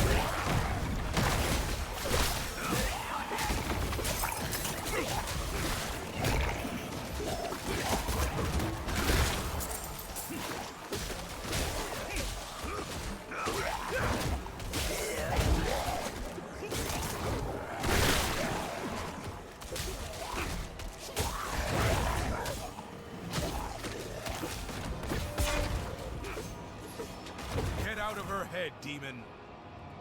I can no more do that than could my daughter pull herself from your blood. We are one. Where do I end? Where do you begin? No, no, not again!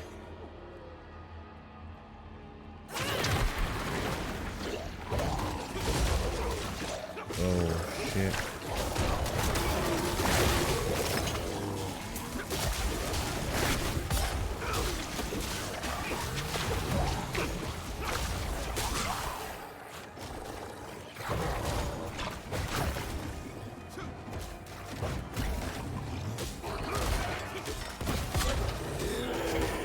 They're my closest friends. They killed my mother. No, Lilith killed my mother. Because of me. I wasn't smart enough, fast enough.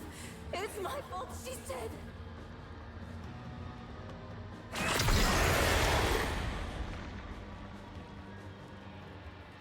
So, are we gonna fight her or what's gonna happen?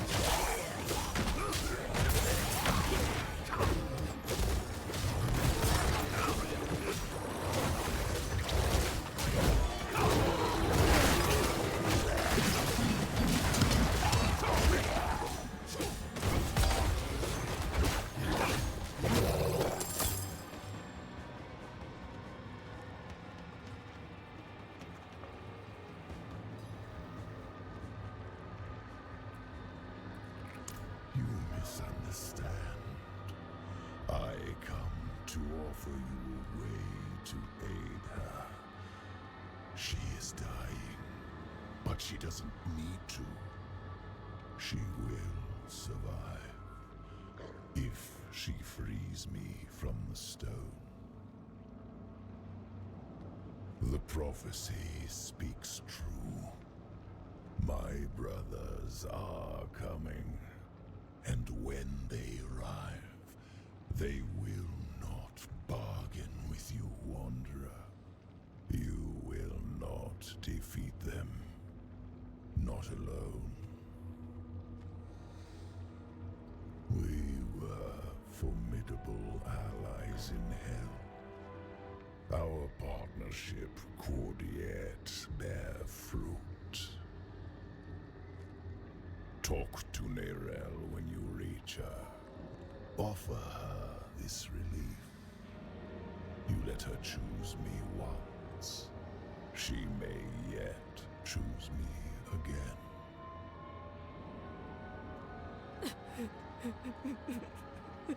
Oh shit.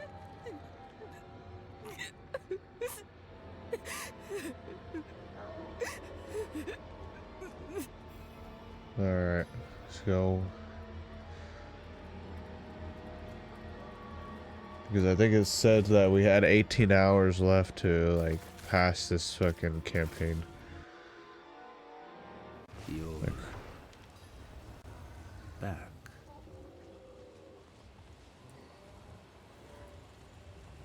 How many times has he invited you to talk? How many times have you accepted? More than I'd like. He thinks if he can get me alone, he can manipulate me. I know better than to listen to a demon. That beast really is Mephisto then? Just an aspect of him from what I can tell. The whole of him is held in the stone. He's getting stronger, though. That wolf has grown larger since I saw it last. And what exactly did he say this time? Actually, don't tell me yet. I want to be sitting down when I hear the answer. Promise me we'll talk about this later. Come. Maka will be waiting for us.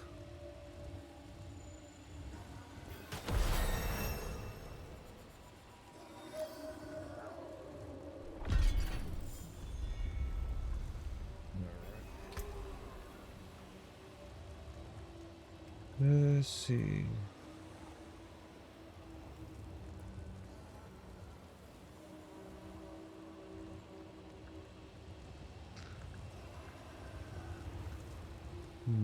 Do I feel like it's doing anything?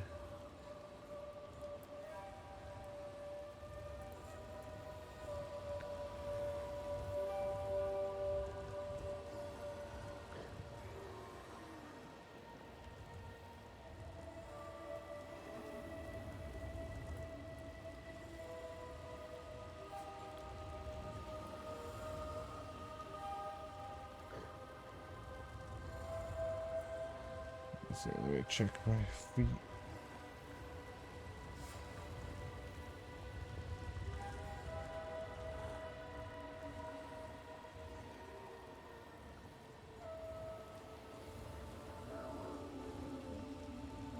So, I feel like that.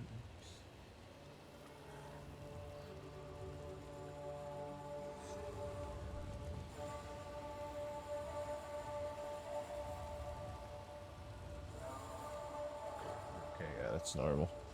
Thought I got bit again. I was going to say, God damn it. Cause I need to find this this mosquito if I am getting bitten again. But I just don't know where to look, and it's hard to look because these are the only things that are on that will cause heat and light to attract the mosquito.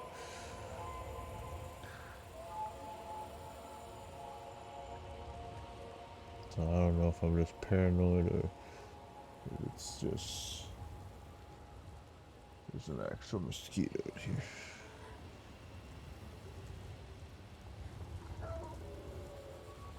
Let's see. I kind of want to take this. All right, not this.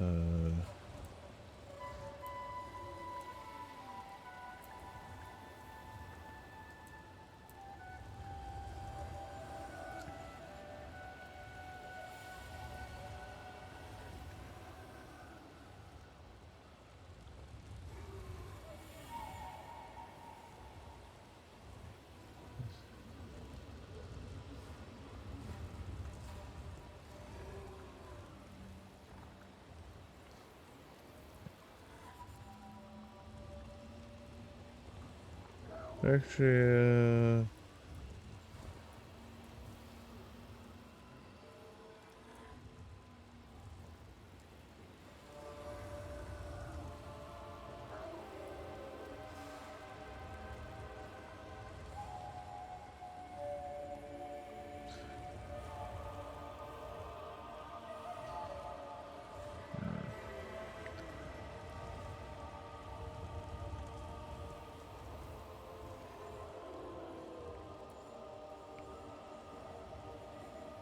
yeah, you know, I'll just keep it.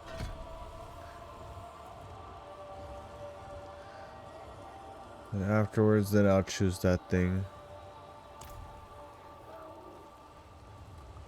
Oh wait, can I teleport to that actually? Should I see where he's at on the map? Okay, no. Just go to him then.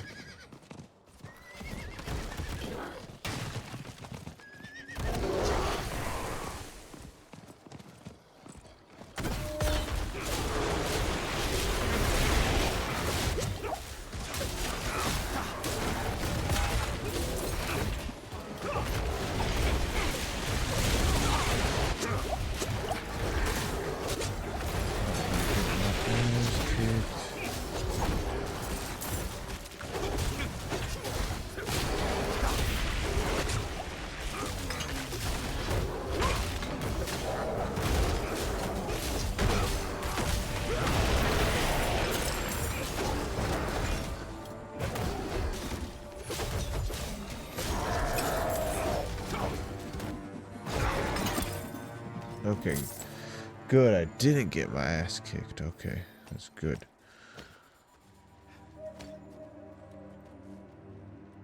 Alright, let's see what I got. Ooh, I like this. This is pretty good. Yeah. Let's see.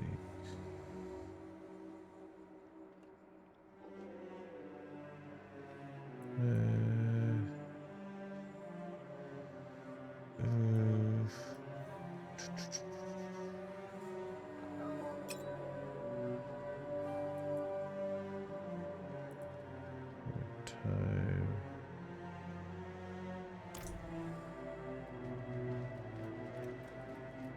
Yeah, that should be fine.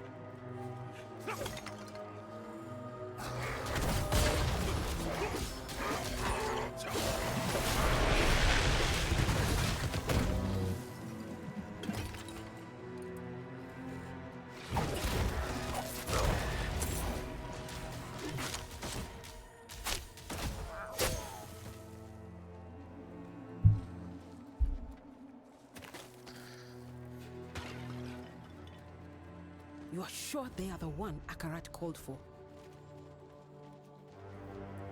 Other shrines, ritual sites, anything connected to Al-Bulan.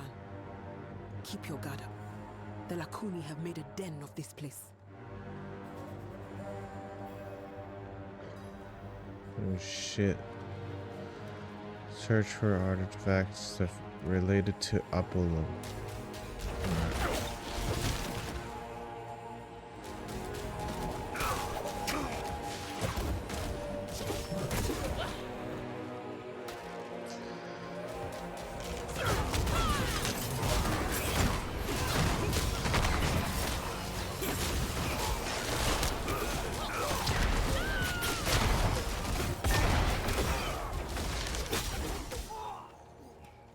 There, up ahead, on that cliff face.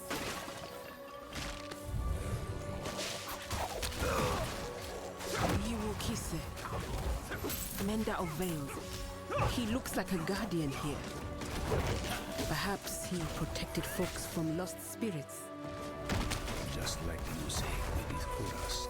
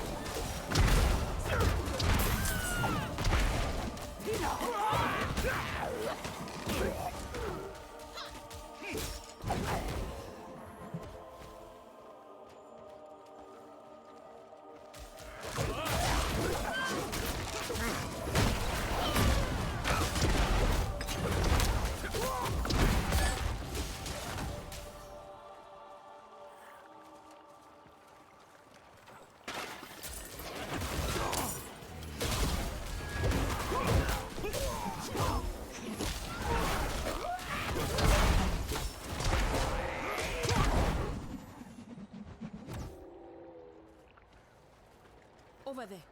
Another one.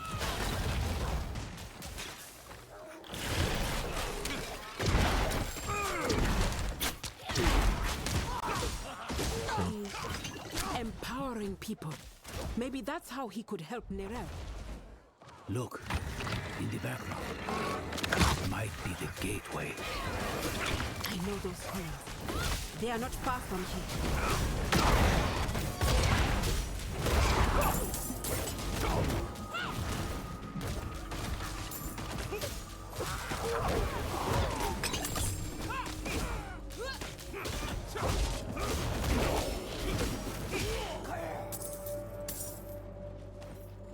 Oh, okay, some interesting items here.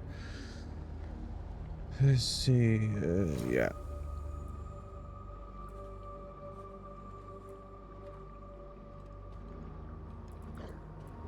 Let's see.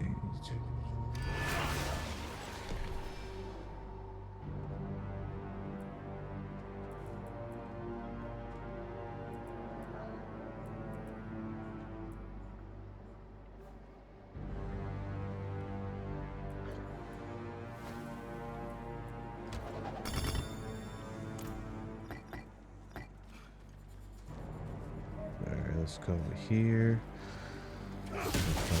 Stuff.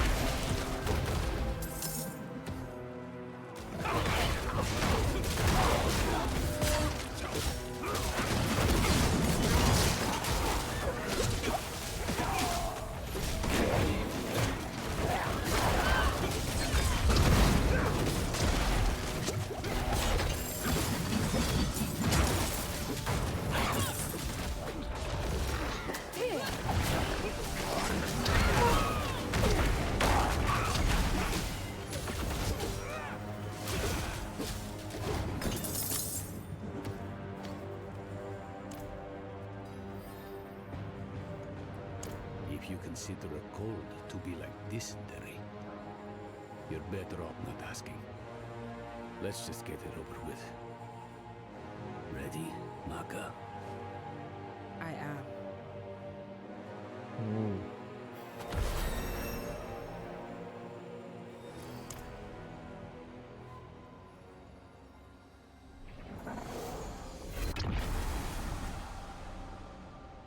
Royise, Wukise, Royise, Wutsa.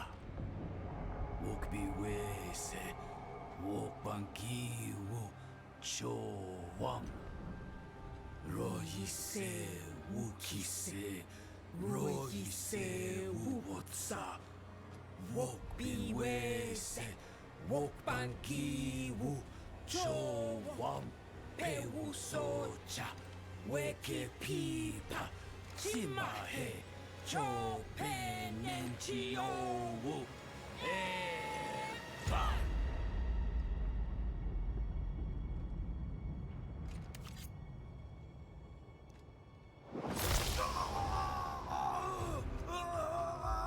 Do not fight the pain. You will not win. Let it move you. Let it carry you through.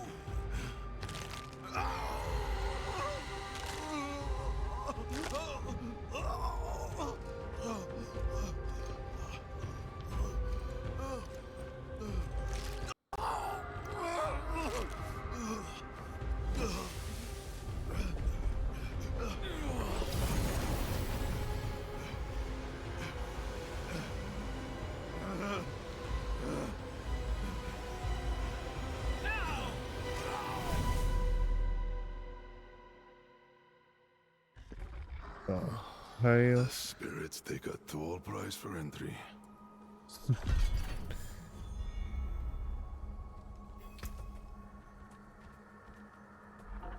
I guess they really do. Shit.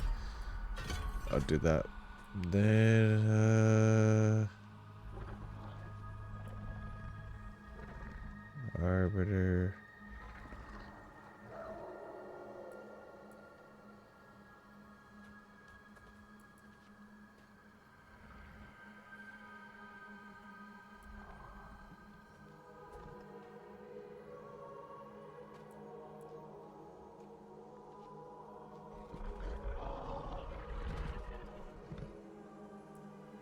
Alright.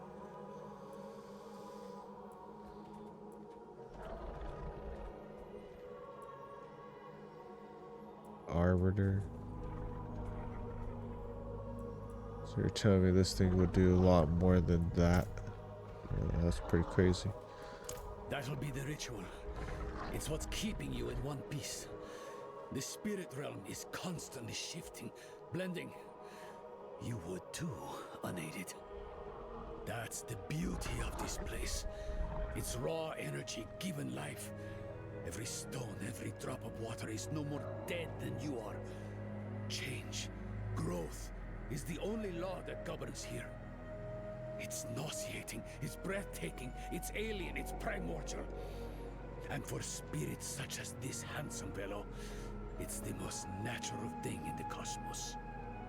If it helps, I feel the same pain. You're handling it better than most first-timers, even for one untrained in our ways. Now, let's go. Whatever threatens Abulan threatens the whole of this realm. Alright. Let's see.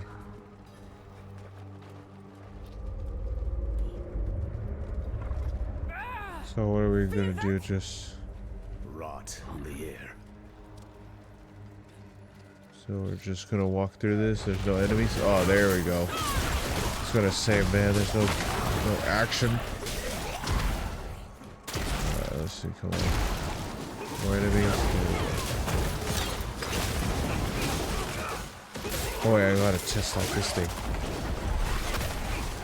Ooh.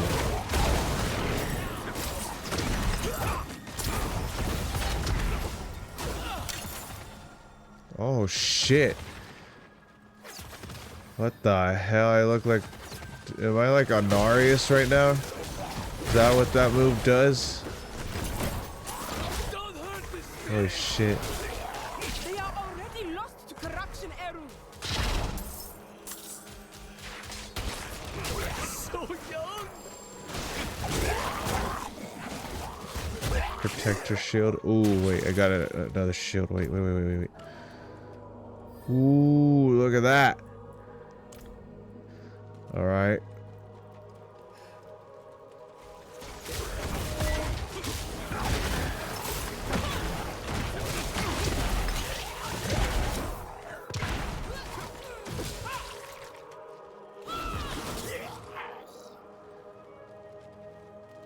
I think it's better to say that when I go into that form, it's like, what do they call it? Terrell. Because Anarius he's okay. I wouldn't even say he's okay.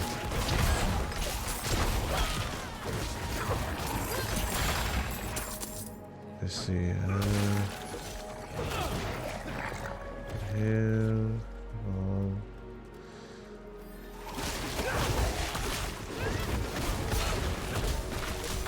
It's all done there.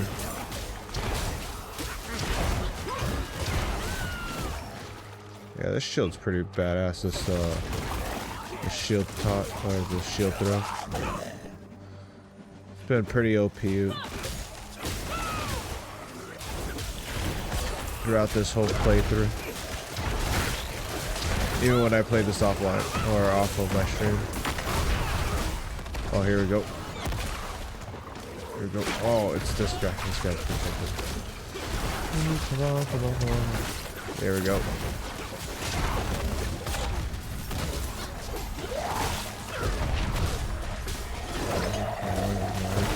gotta go, you gotta go. There you go. Go on. God damn, okay. It's covered in blood. I'm just wondering how the next expansion is going to be like. Because I'm honestly still waiting for them to bring Diablo back into the freaking game. Because I want to fight. I want to see how like the Diablo fight would be. Because, you know, obviously, like Diablo is like the main final boss, you know. And it's like, it's weird for him not to come up at all through this entirety of freaking Diablo 4. Instead we had like Lilith and Mephisto now.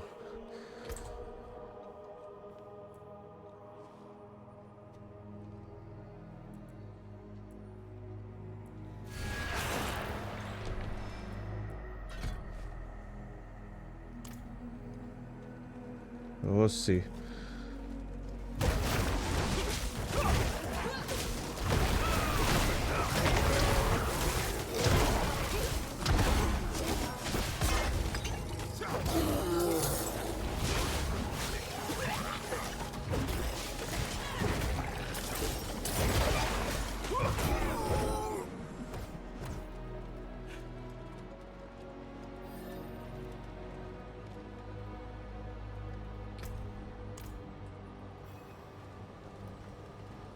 Through here. I'll open the way. All right. Behas Chimbi Waka. He seems all right. Go carefully. Ooh. Oh, Abala.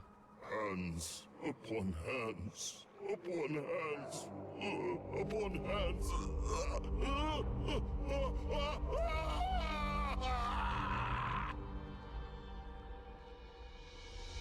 Oh, well, we're gonna have to kick his ass. Abulan! Don't you remember me? We're too late.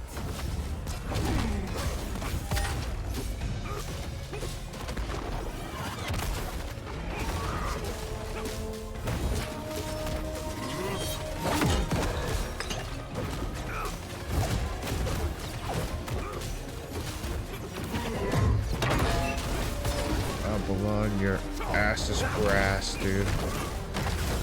You're about to get your ass kicked right now. Oh my god. Ooh.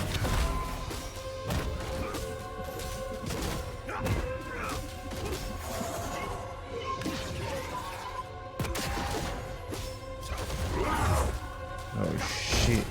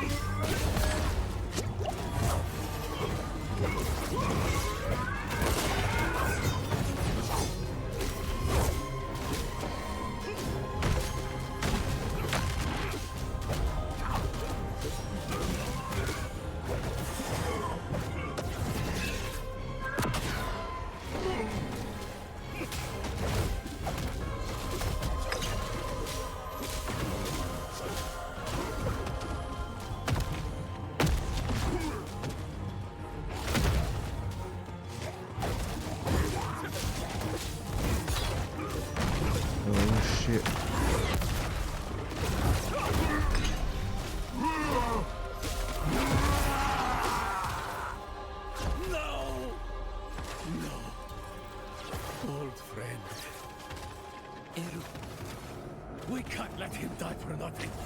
Power gathers there in his heart. He can still help Nerel. Then cut swiftly. The corruption is spreading.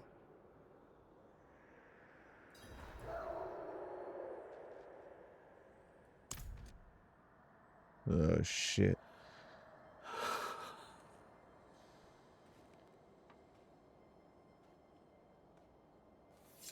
No. I was the one who failed Abulan.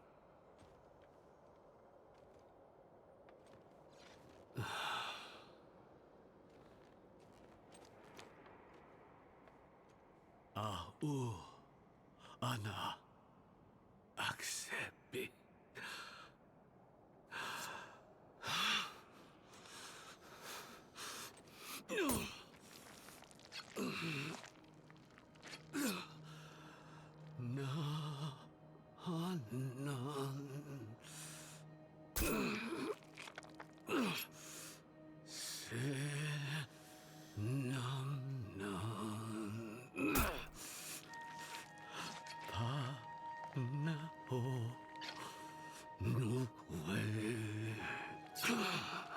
Alright, Juke, cut his fucking heart out. That's all you had to do. Let's give him space. Yes, we shall. Oh, god damn, we got a lot of good things out of there. Let's see. Learn that thing. Ooh. After I will wear that ring. It's a two-handed sword.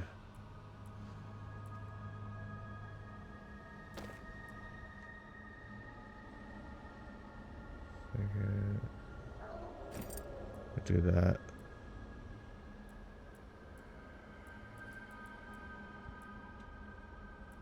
I think that's all the new stuff we got out of it, besides the runes. Ouch, fuck. Just cracked my toe.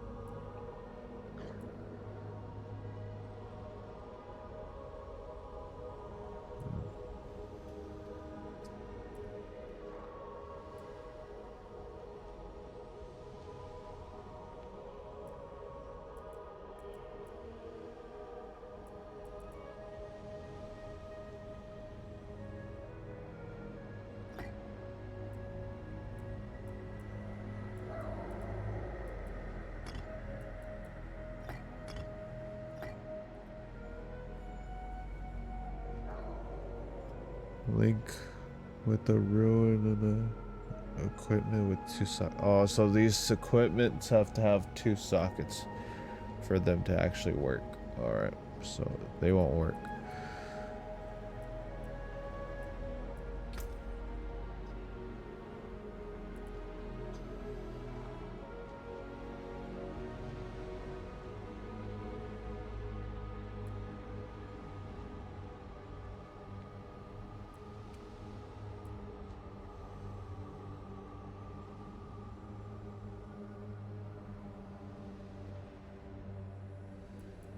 Judgment.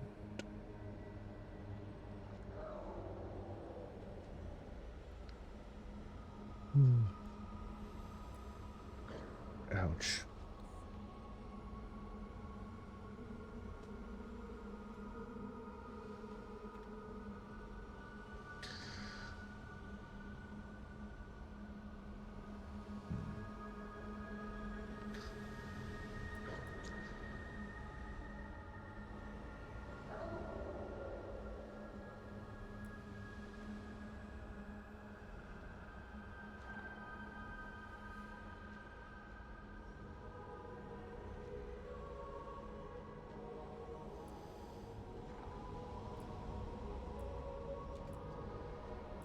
Let's see, 100% movement speed, wing strike deals 200% times more increased damage.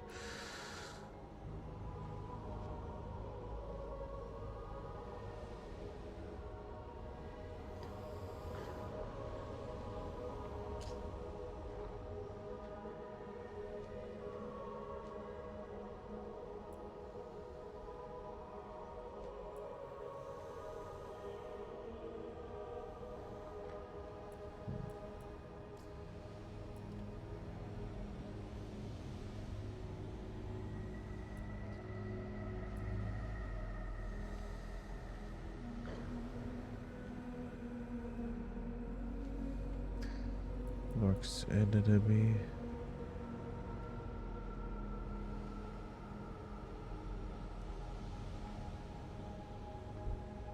Let's see.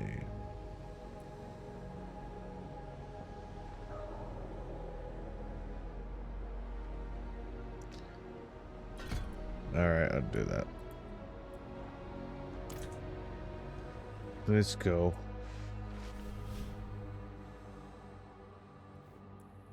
Go and find out. I'll hang back for Eru. When he's back on his feet, I'll send him to meet you. The council will want to know what's happened. And listen, you did what was needed in there. My circle will not soon forget.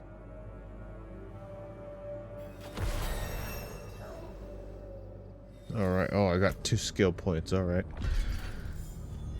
Let's see,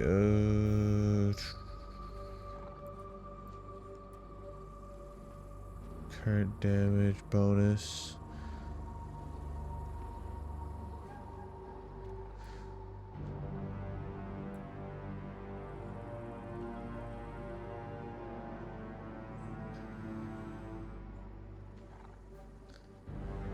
Arbiter. Oh, during Arbiter, your damage is increased 1 additional time.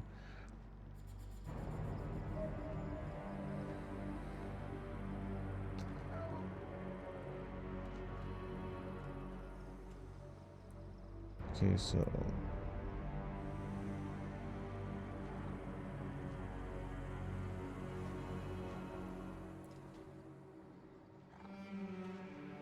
yeah, because right now I'm just looking to see if which skills have justice.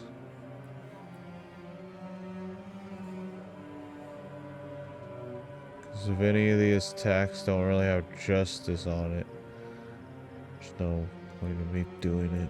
But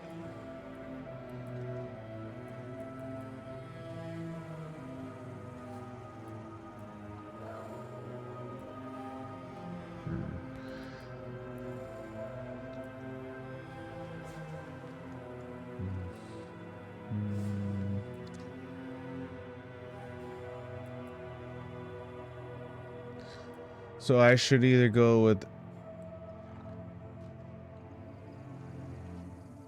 exhalation or however the fuck you pronounce that, or coat of arms. Your damage is increased by 75%.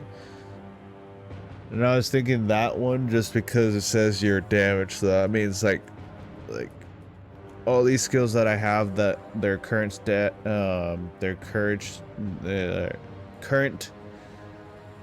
damage will be boosted up by 75%. So your damage is increased by 75% of your armor percent. 50% of your block chance.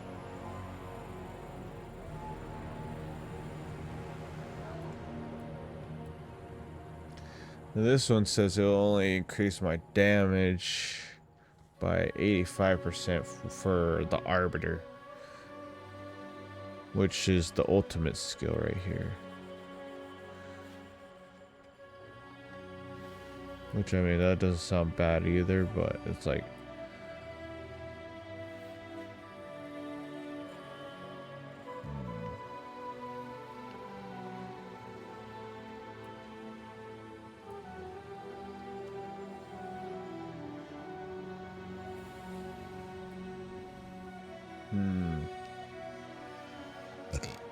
excuse me.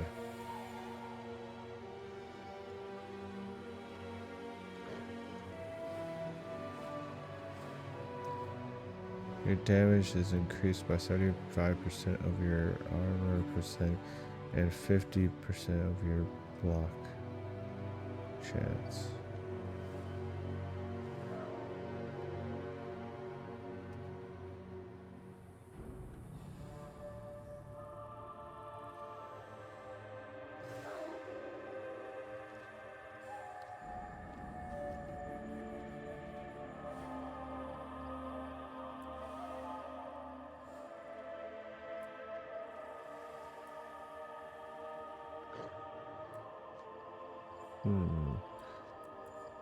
I think I'm gonna go with that one.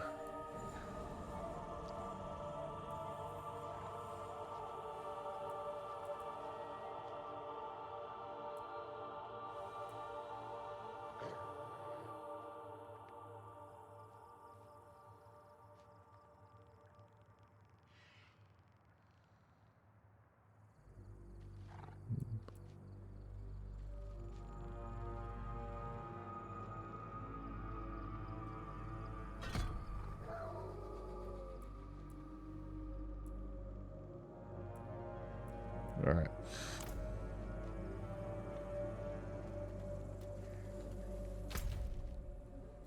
I see. Need to.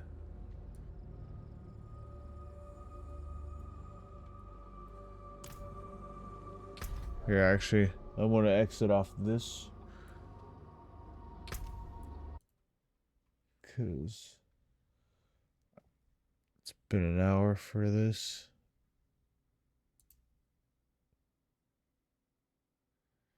Not only that,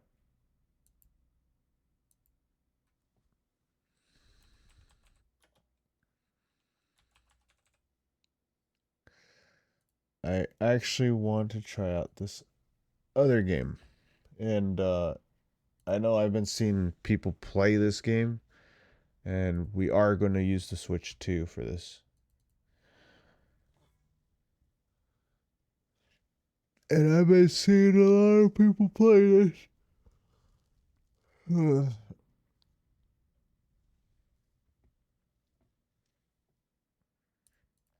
wait a second. Let me close it down.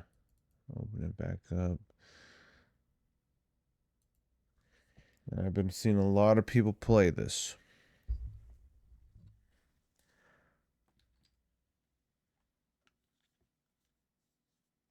All right, just plugged in. There we go.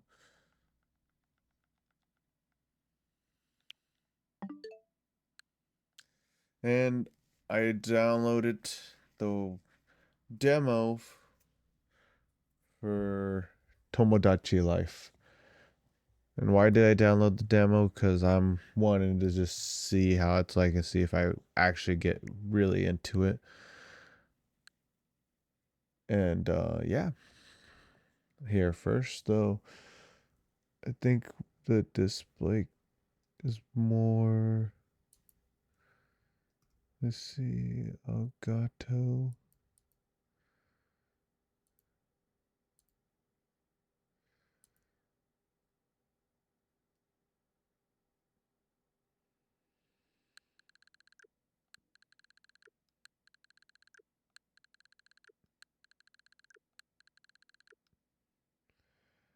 All right, that's fine with me.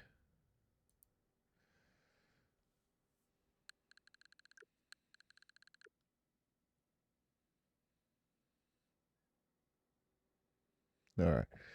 But yeah, I wanted to play this, but before we start, I need to go to the restroom, and I need to throw this away. So I'll be right back.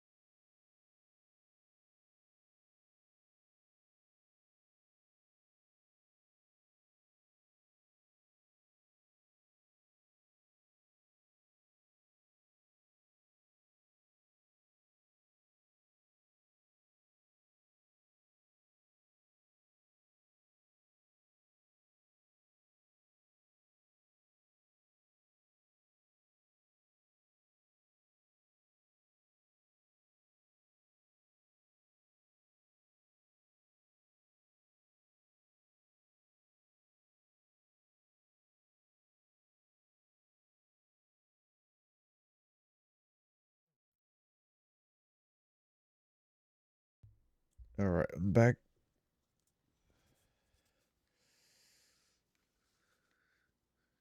And I want to try out some Tomodachi Life, the welcome version.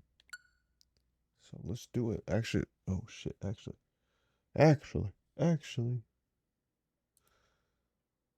let's change this to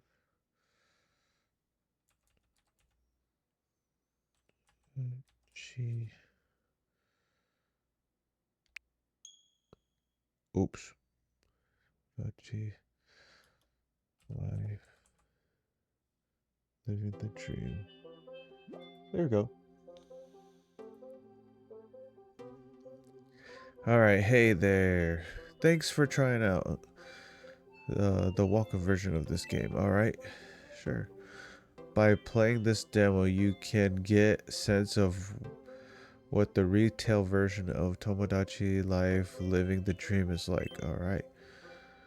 And players who complete the demo will receive a hamster costume. Oh shit. I did not know that. Well, let's see. We hope you will enjoy the full demo. By the way, any progress you make in the demo version can be carried. Oh, what the fuck? Okay, that's pretty cool. So if I end up liking this thing, wait, are those soft tacos in the corner?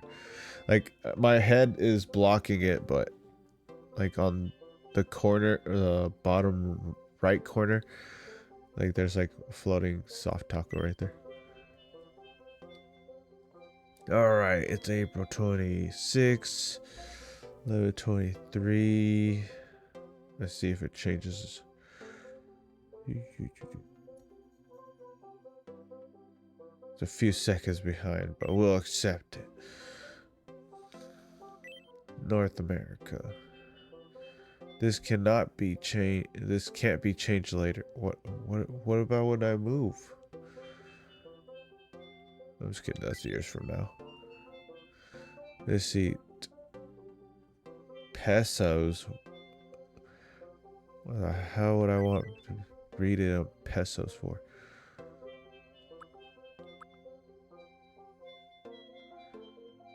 This can't be changed later. Apparently, a lot of things can't be changed later. Alright, let's see. Let's do this. You found a tiny island in the middle of the sea, and what will you do with the place and its residents? Take a look around. Oh yeah, look at that. That's grass. See that? See right there? See? There aren't any residents. Would you like to invite some folks? Just place a me character and we'll call... It's just a place for me characters. We call them me's for short.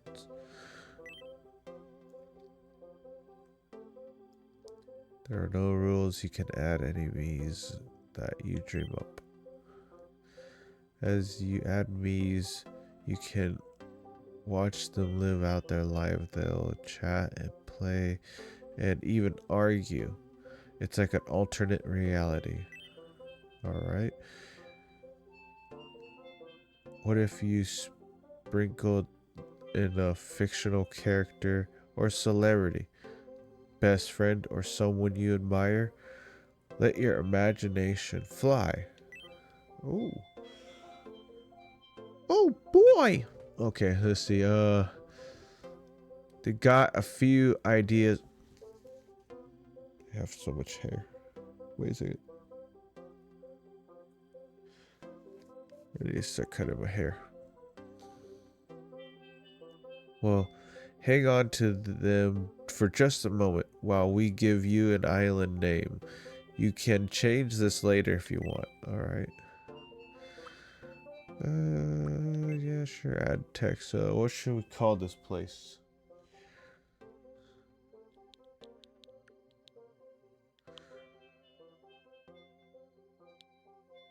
Well, I mean, I have a Sprite server on Discord. I might as well make a Sprite island, right? Wait, actually, I'm a fucking retard. Don't know how to spell.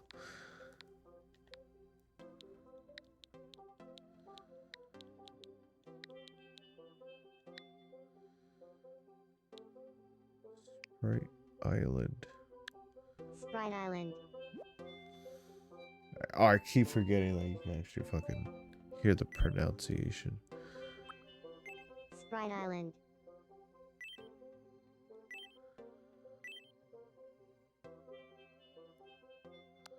Sprite Island. Sprite Island. Sprite Island. Yeah, they're saying it right. Sprite Island. This island will develop as you add residents. Having 6 or more residents will help the Miis live happy, fun lives. You can add up to 3 residents in the demo version of the game. Okay, so we can only add 3. Are you ready? Got a me in mind? Let's invite your very first resident to Sprite Island. Alright. Get help or if you never created a me before, you can select get help above. Nah, I created a me. I think the last time I created a me was on the Wii. That's the last time I ever created one. That was a long ass time ago. You can always edit any me. Okay, yeah. I'll make it a scratch. Let's see this.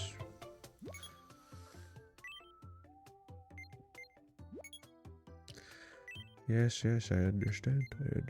Oh my god.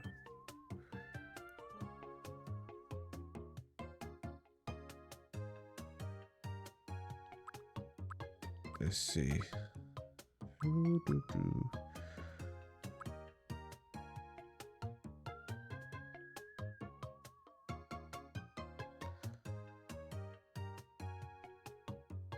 Because I'm trying to make myself, and I'm like, looking at myself.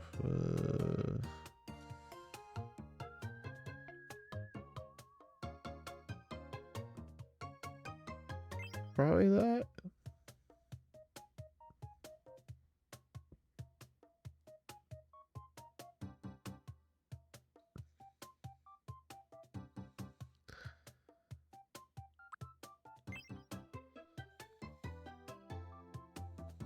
Nah.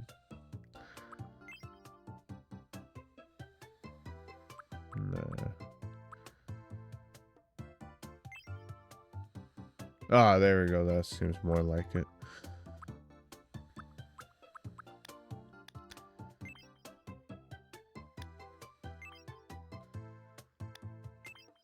Yeah, I was gonna say I'm not that dark.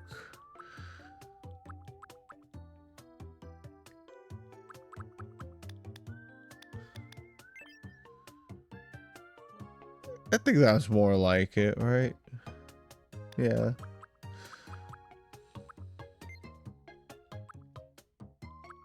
Okay, what kind of hairstyle would I say I have? Oh, you could turn them. Oh shit, I didn't even know that.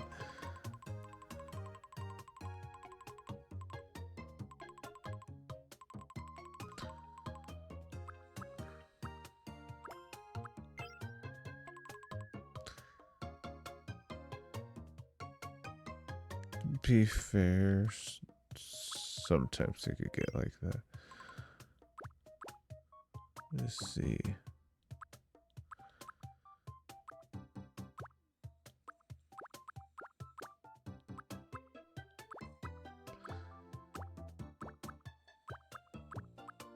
Let's see.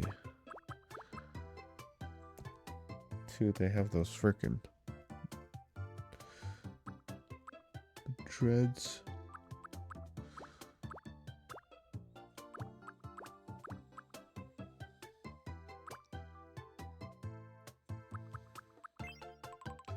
The fuck?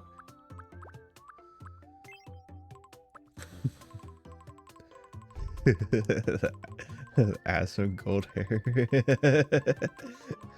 I'm just saying. I want to have the style. There it is. Oh fuck. Let's see. Do, do, do, do, do.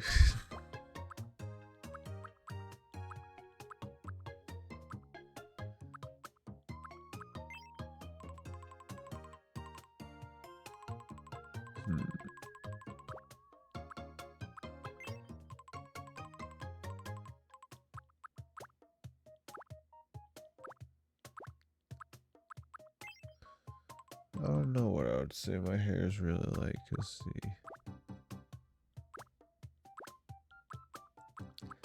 I was just going with this because my hair is really wavy. Like, look at that. Look at that. I have to push that back. That's, I'll just deal with it later. Let's see.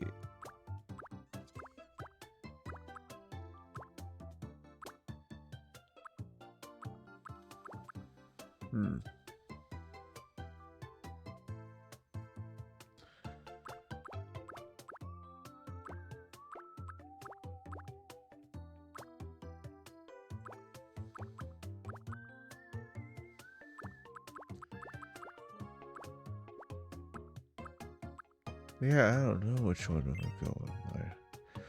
I mean, I could do that one because that's how my hair looks when I shave it.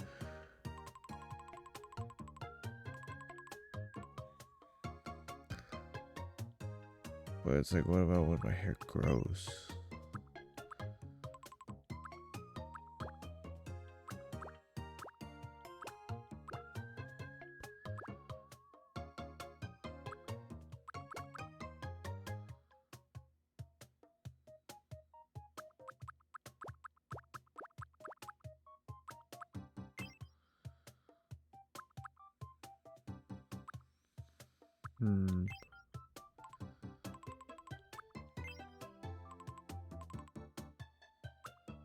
Yeah, you know what?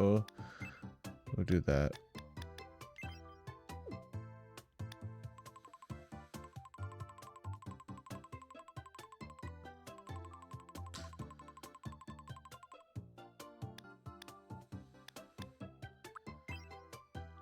Oops. Shit.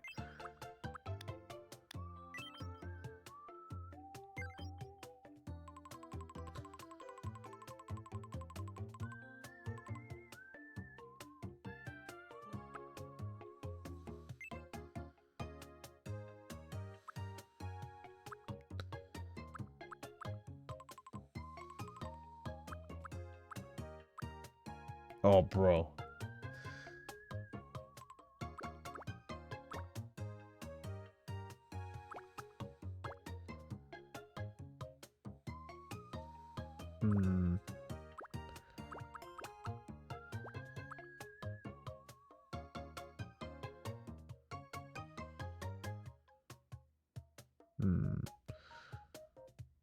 I wonder if I should even have bangs, honestly.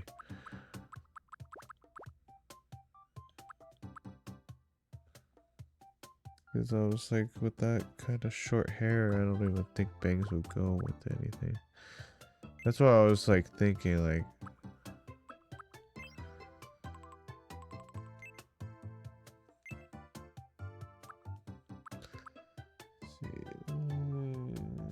it's like sort of curled.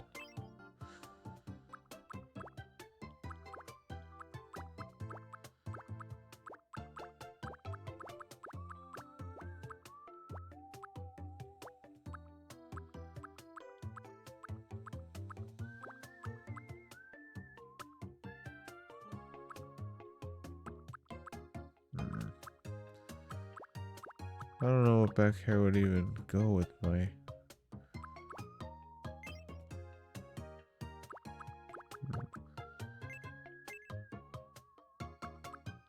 Yeah, that's why I was just saying this will just do.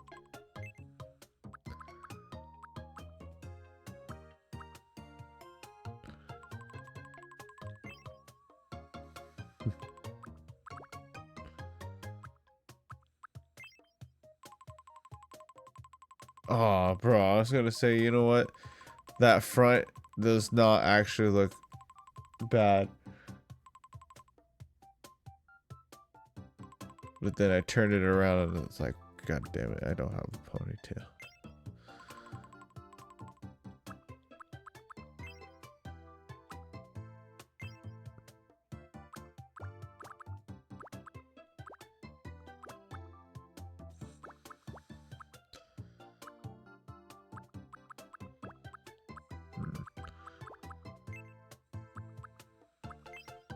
Yeah, I guess like that's just fine. Oh, what the fuck did I do?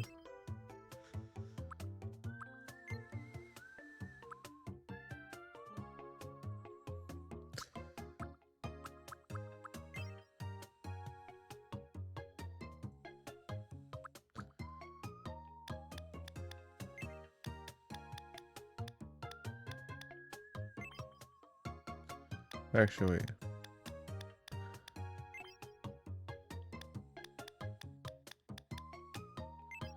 Just want to see how that looked.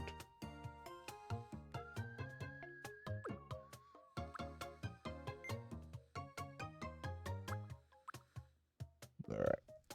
Let's see.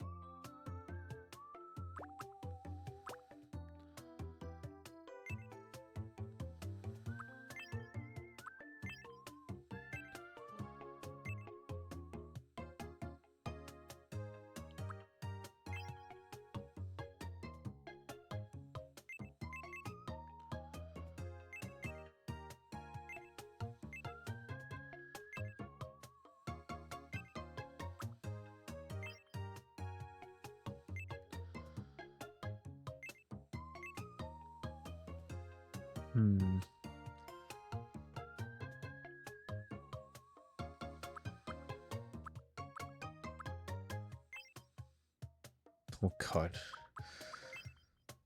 Yeah, I'm good. All right. Nose.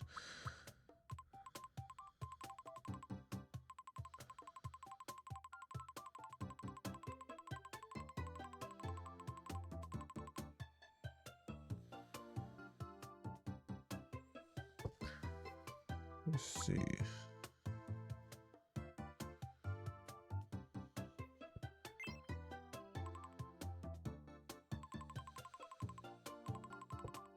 I think I'm fine with that.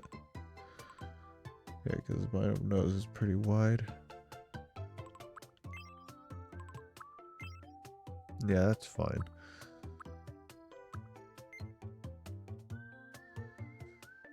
Let's see.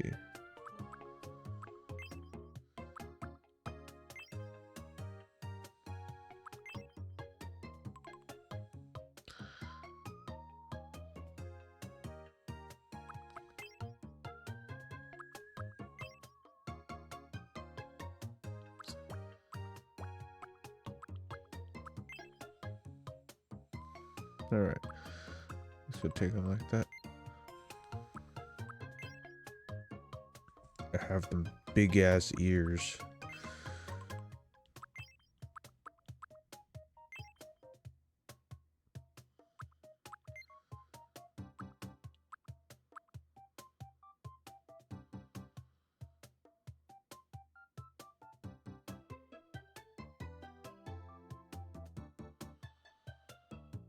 Let's see.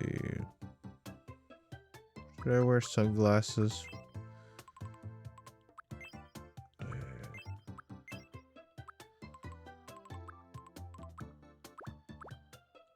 Oh, actually, those look pretty good.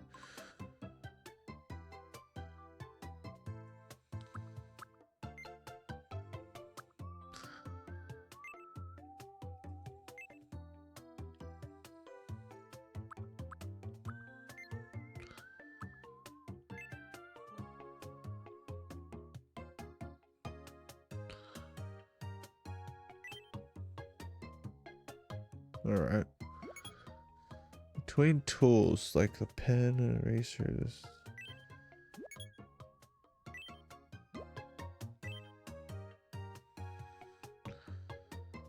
How do I get done?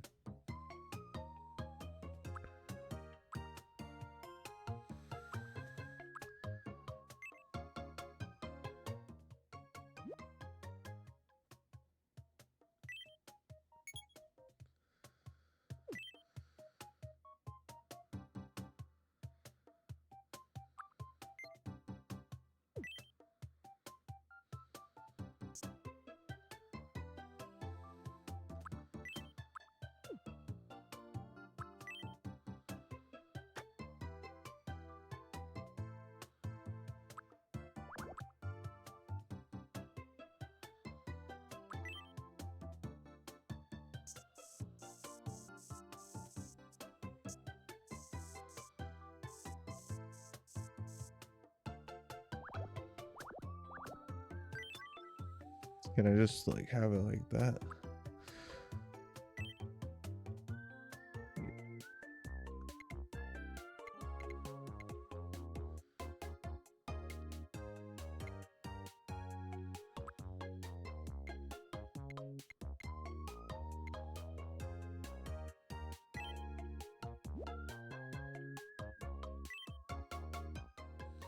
Hmm.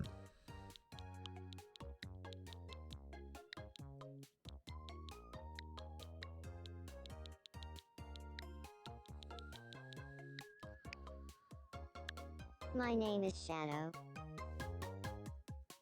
Why does my voice sound like that?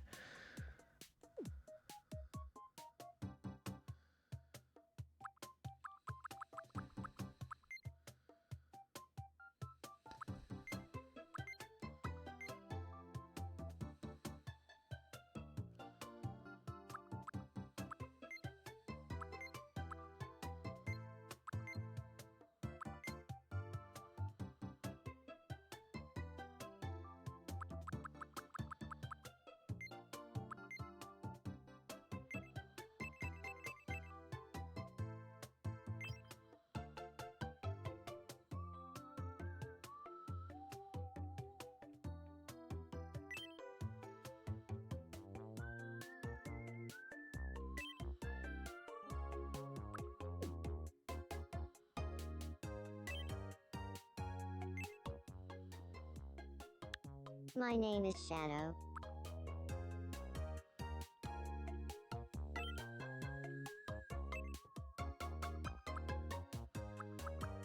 Choose shadows and yeah, the male.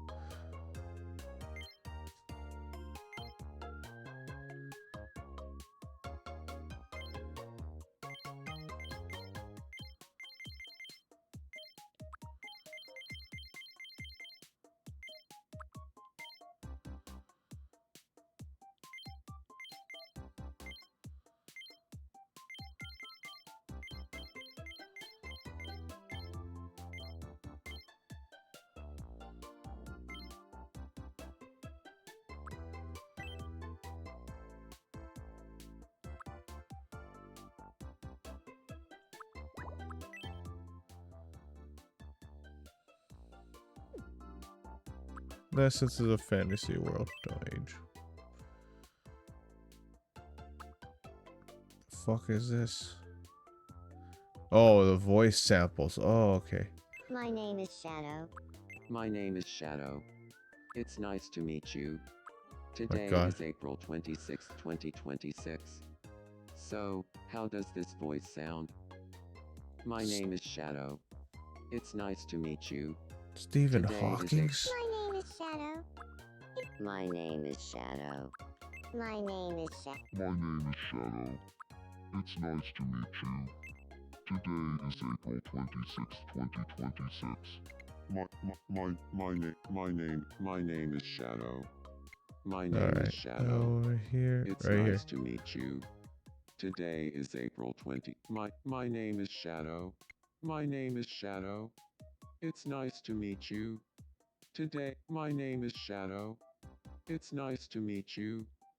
My name is Shadow. It's nice to meet you. Today is April 26, 2026. My name is Shadow. It's nice to meet you. Today is April 26, What? 2026. So, how does this voice sound? My name is Shadow. It's nice to meet. My name is Shadow. It's not. Okay. I'm pretty quick when it comes to movement. Speech is more on this side. Energy. Thinking.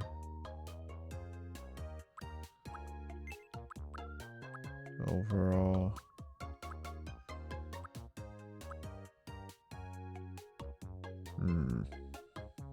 Oh, shit. Ooh, that's not good. That's not good. Wait a second. I just messed up. Did I? Okay, good. It's not messed up. Okay. Because right now I started scratching right here. And I was like, oh, wait. It's my stitches, but it's fine. It's fine. Let's see, overall normal or quirky? I have no idea. My name is Shadow. It's nice to meet you. Today is April 26, 2020. Quick.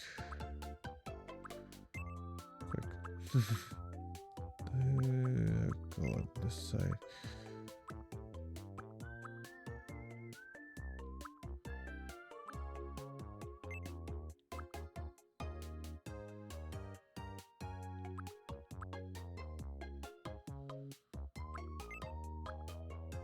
See, overall thinking. Or overall, just normal.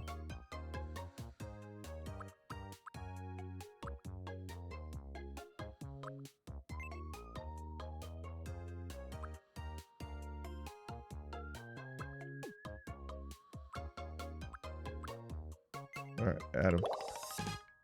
There I am. Let's see. Straight talker.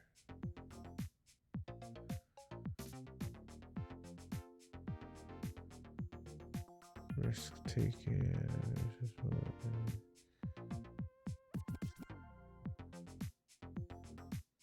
Sounds pretty good. Pretty good.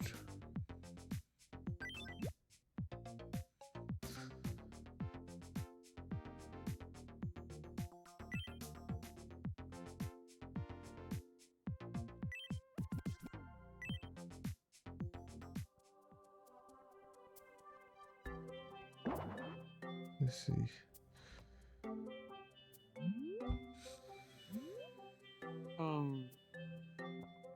Oh, have we met? I'm Shadow. I'm an ambitious visionary. Which means, I see the world for how it could be, not always how it is. Here's my profile card. Profile card.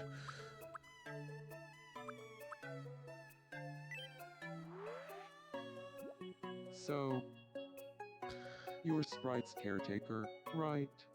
What should I call you?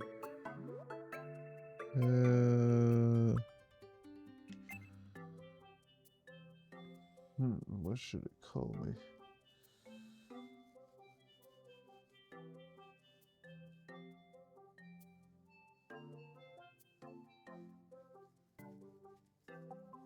Let's see, what should it call me?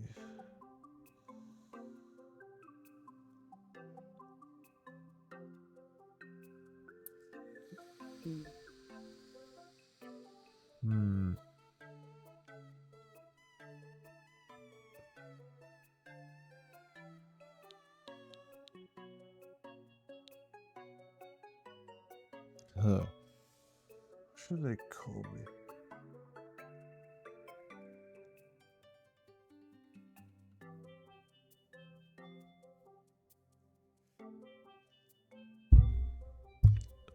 bed. Let's see.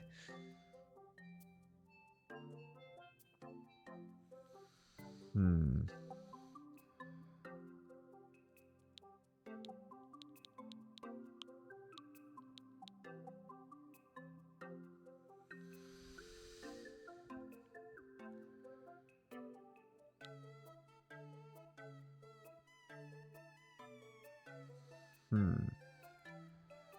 What should they call me?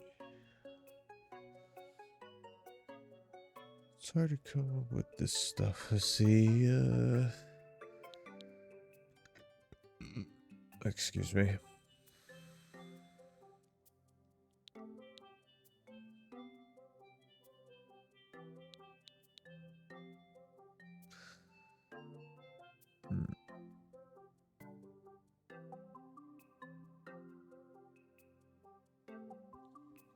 Can't even think of anything.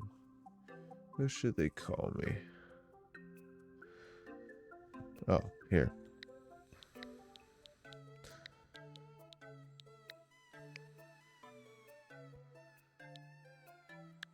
Junie, having a nice evening. There.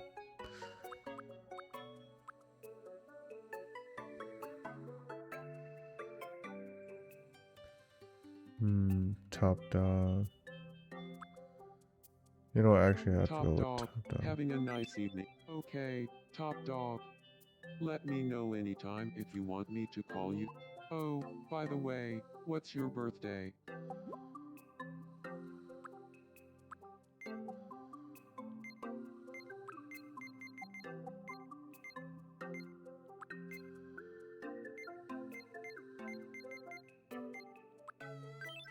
Oh wow, that's the same day as my birthday.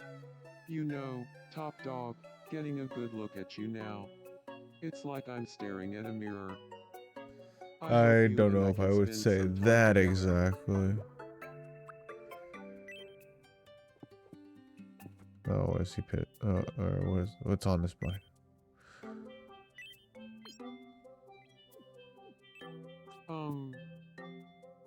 Good evening. I'm famished. I need some food in me. Alright. Island. Oh, we're gonna open up the grocery store. Oh, yeah.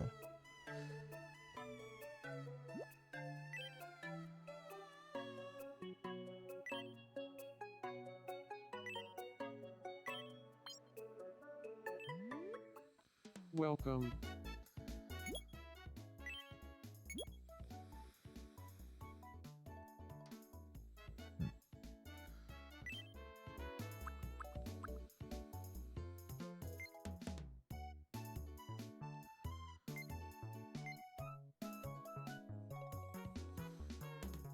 Is there nothing really on the thing?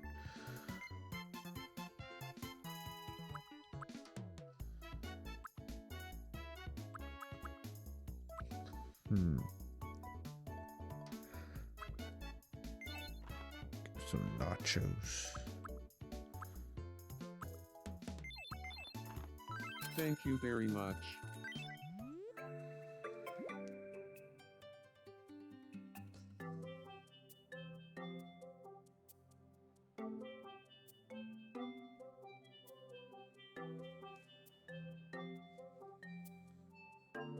Alright, let's go back to the house.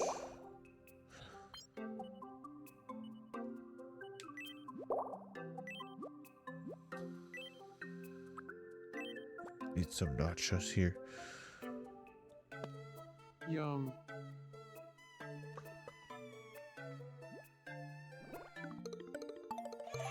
Oh, I actually like nachos, which is good because I actually do like nachos.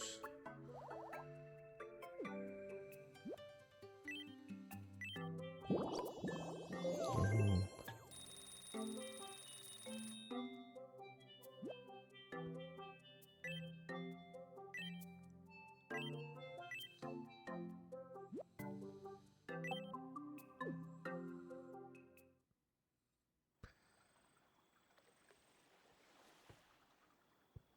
Ooh.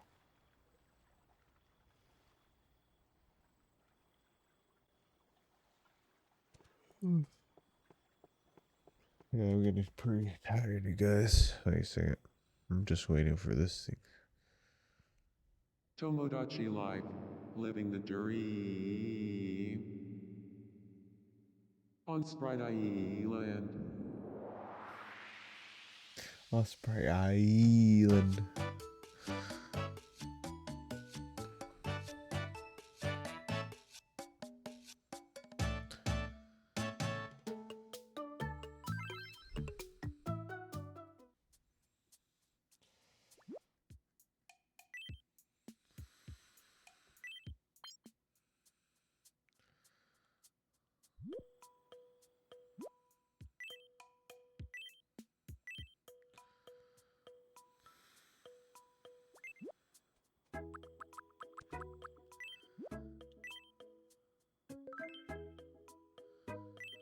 Now we're gonna stop here because I'm getting fucking tired because I got up like at 1 in the morning, and so it's almost gonna be 24 hours since I've been up.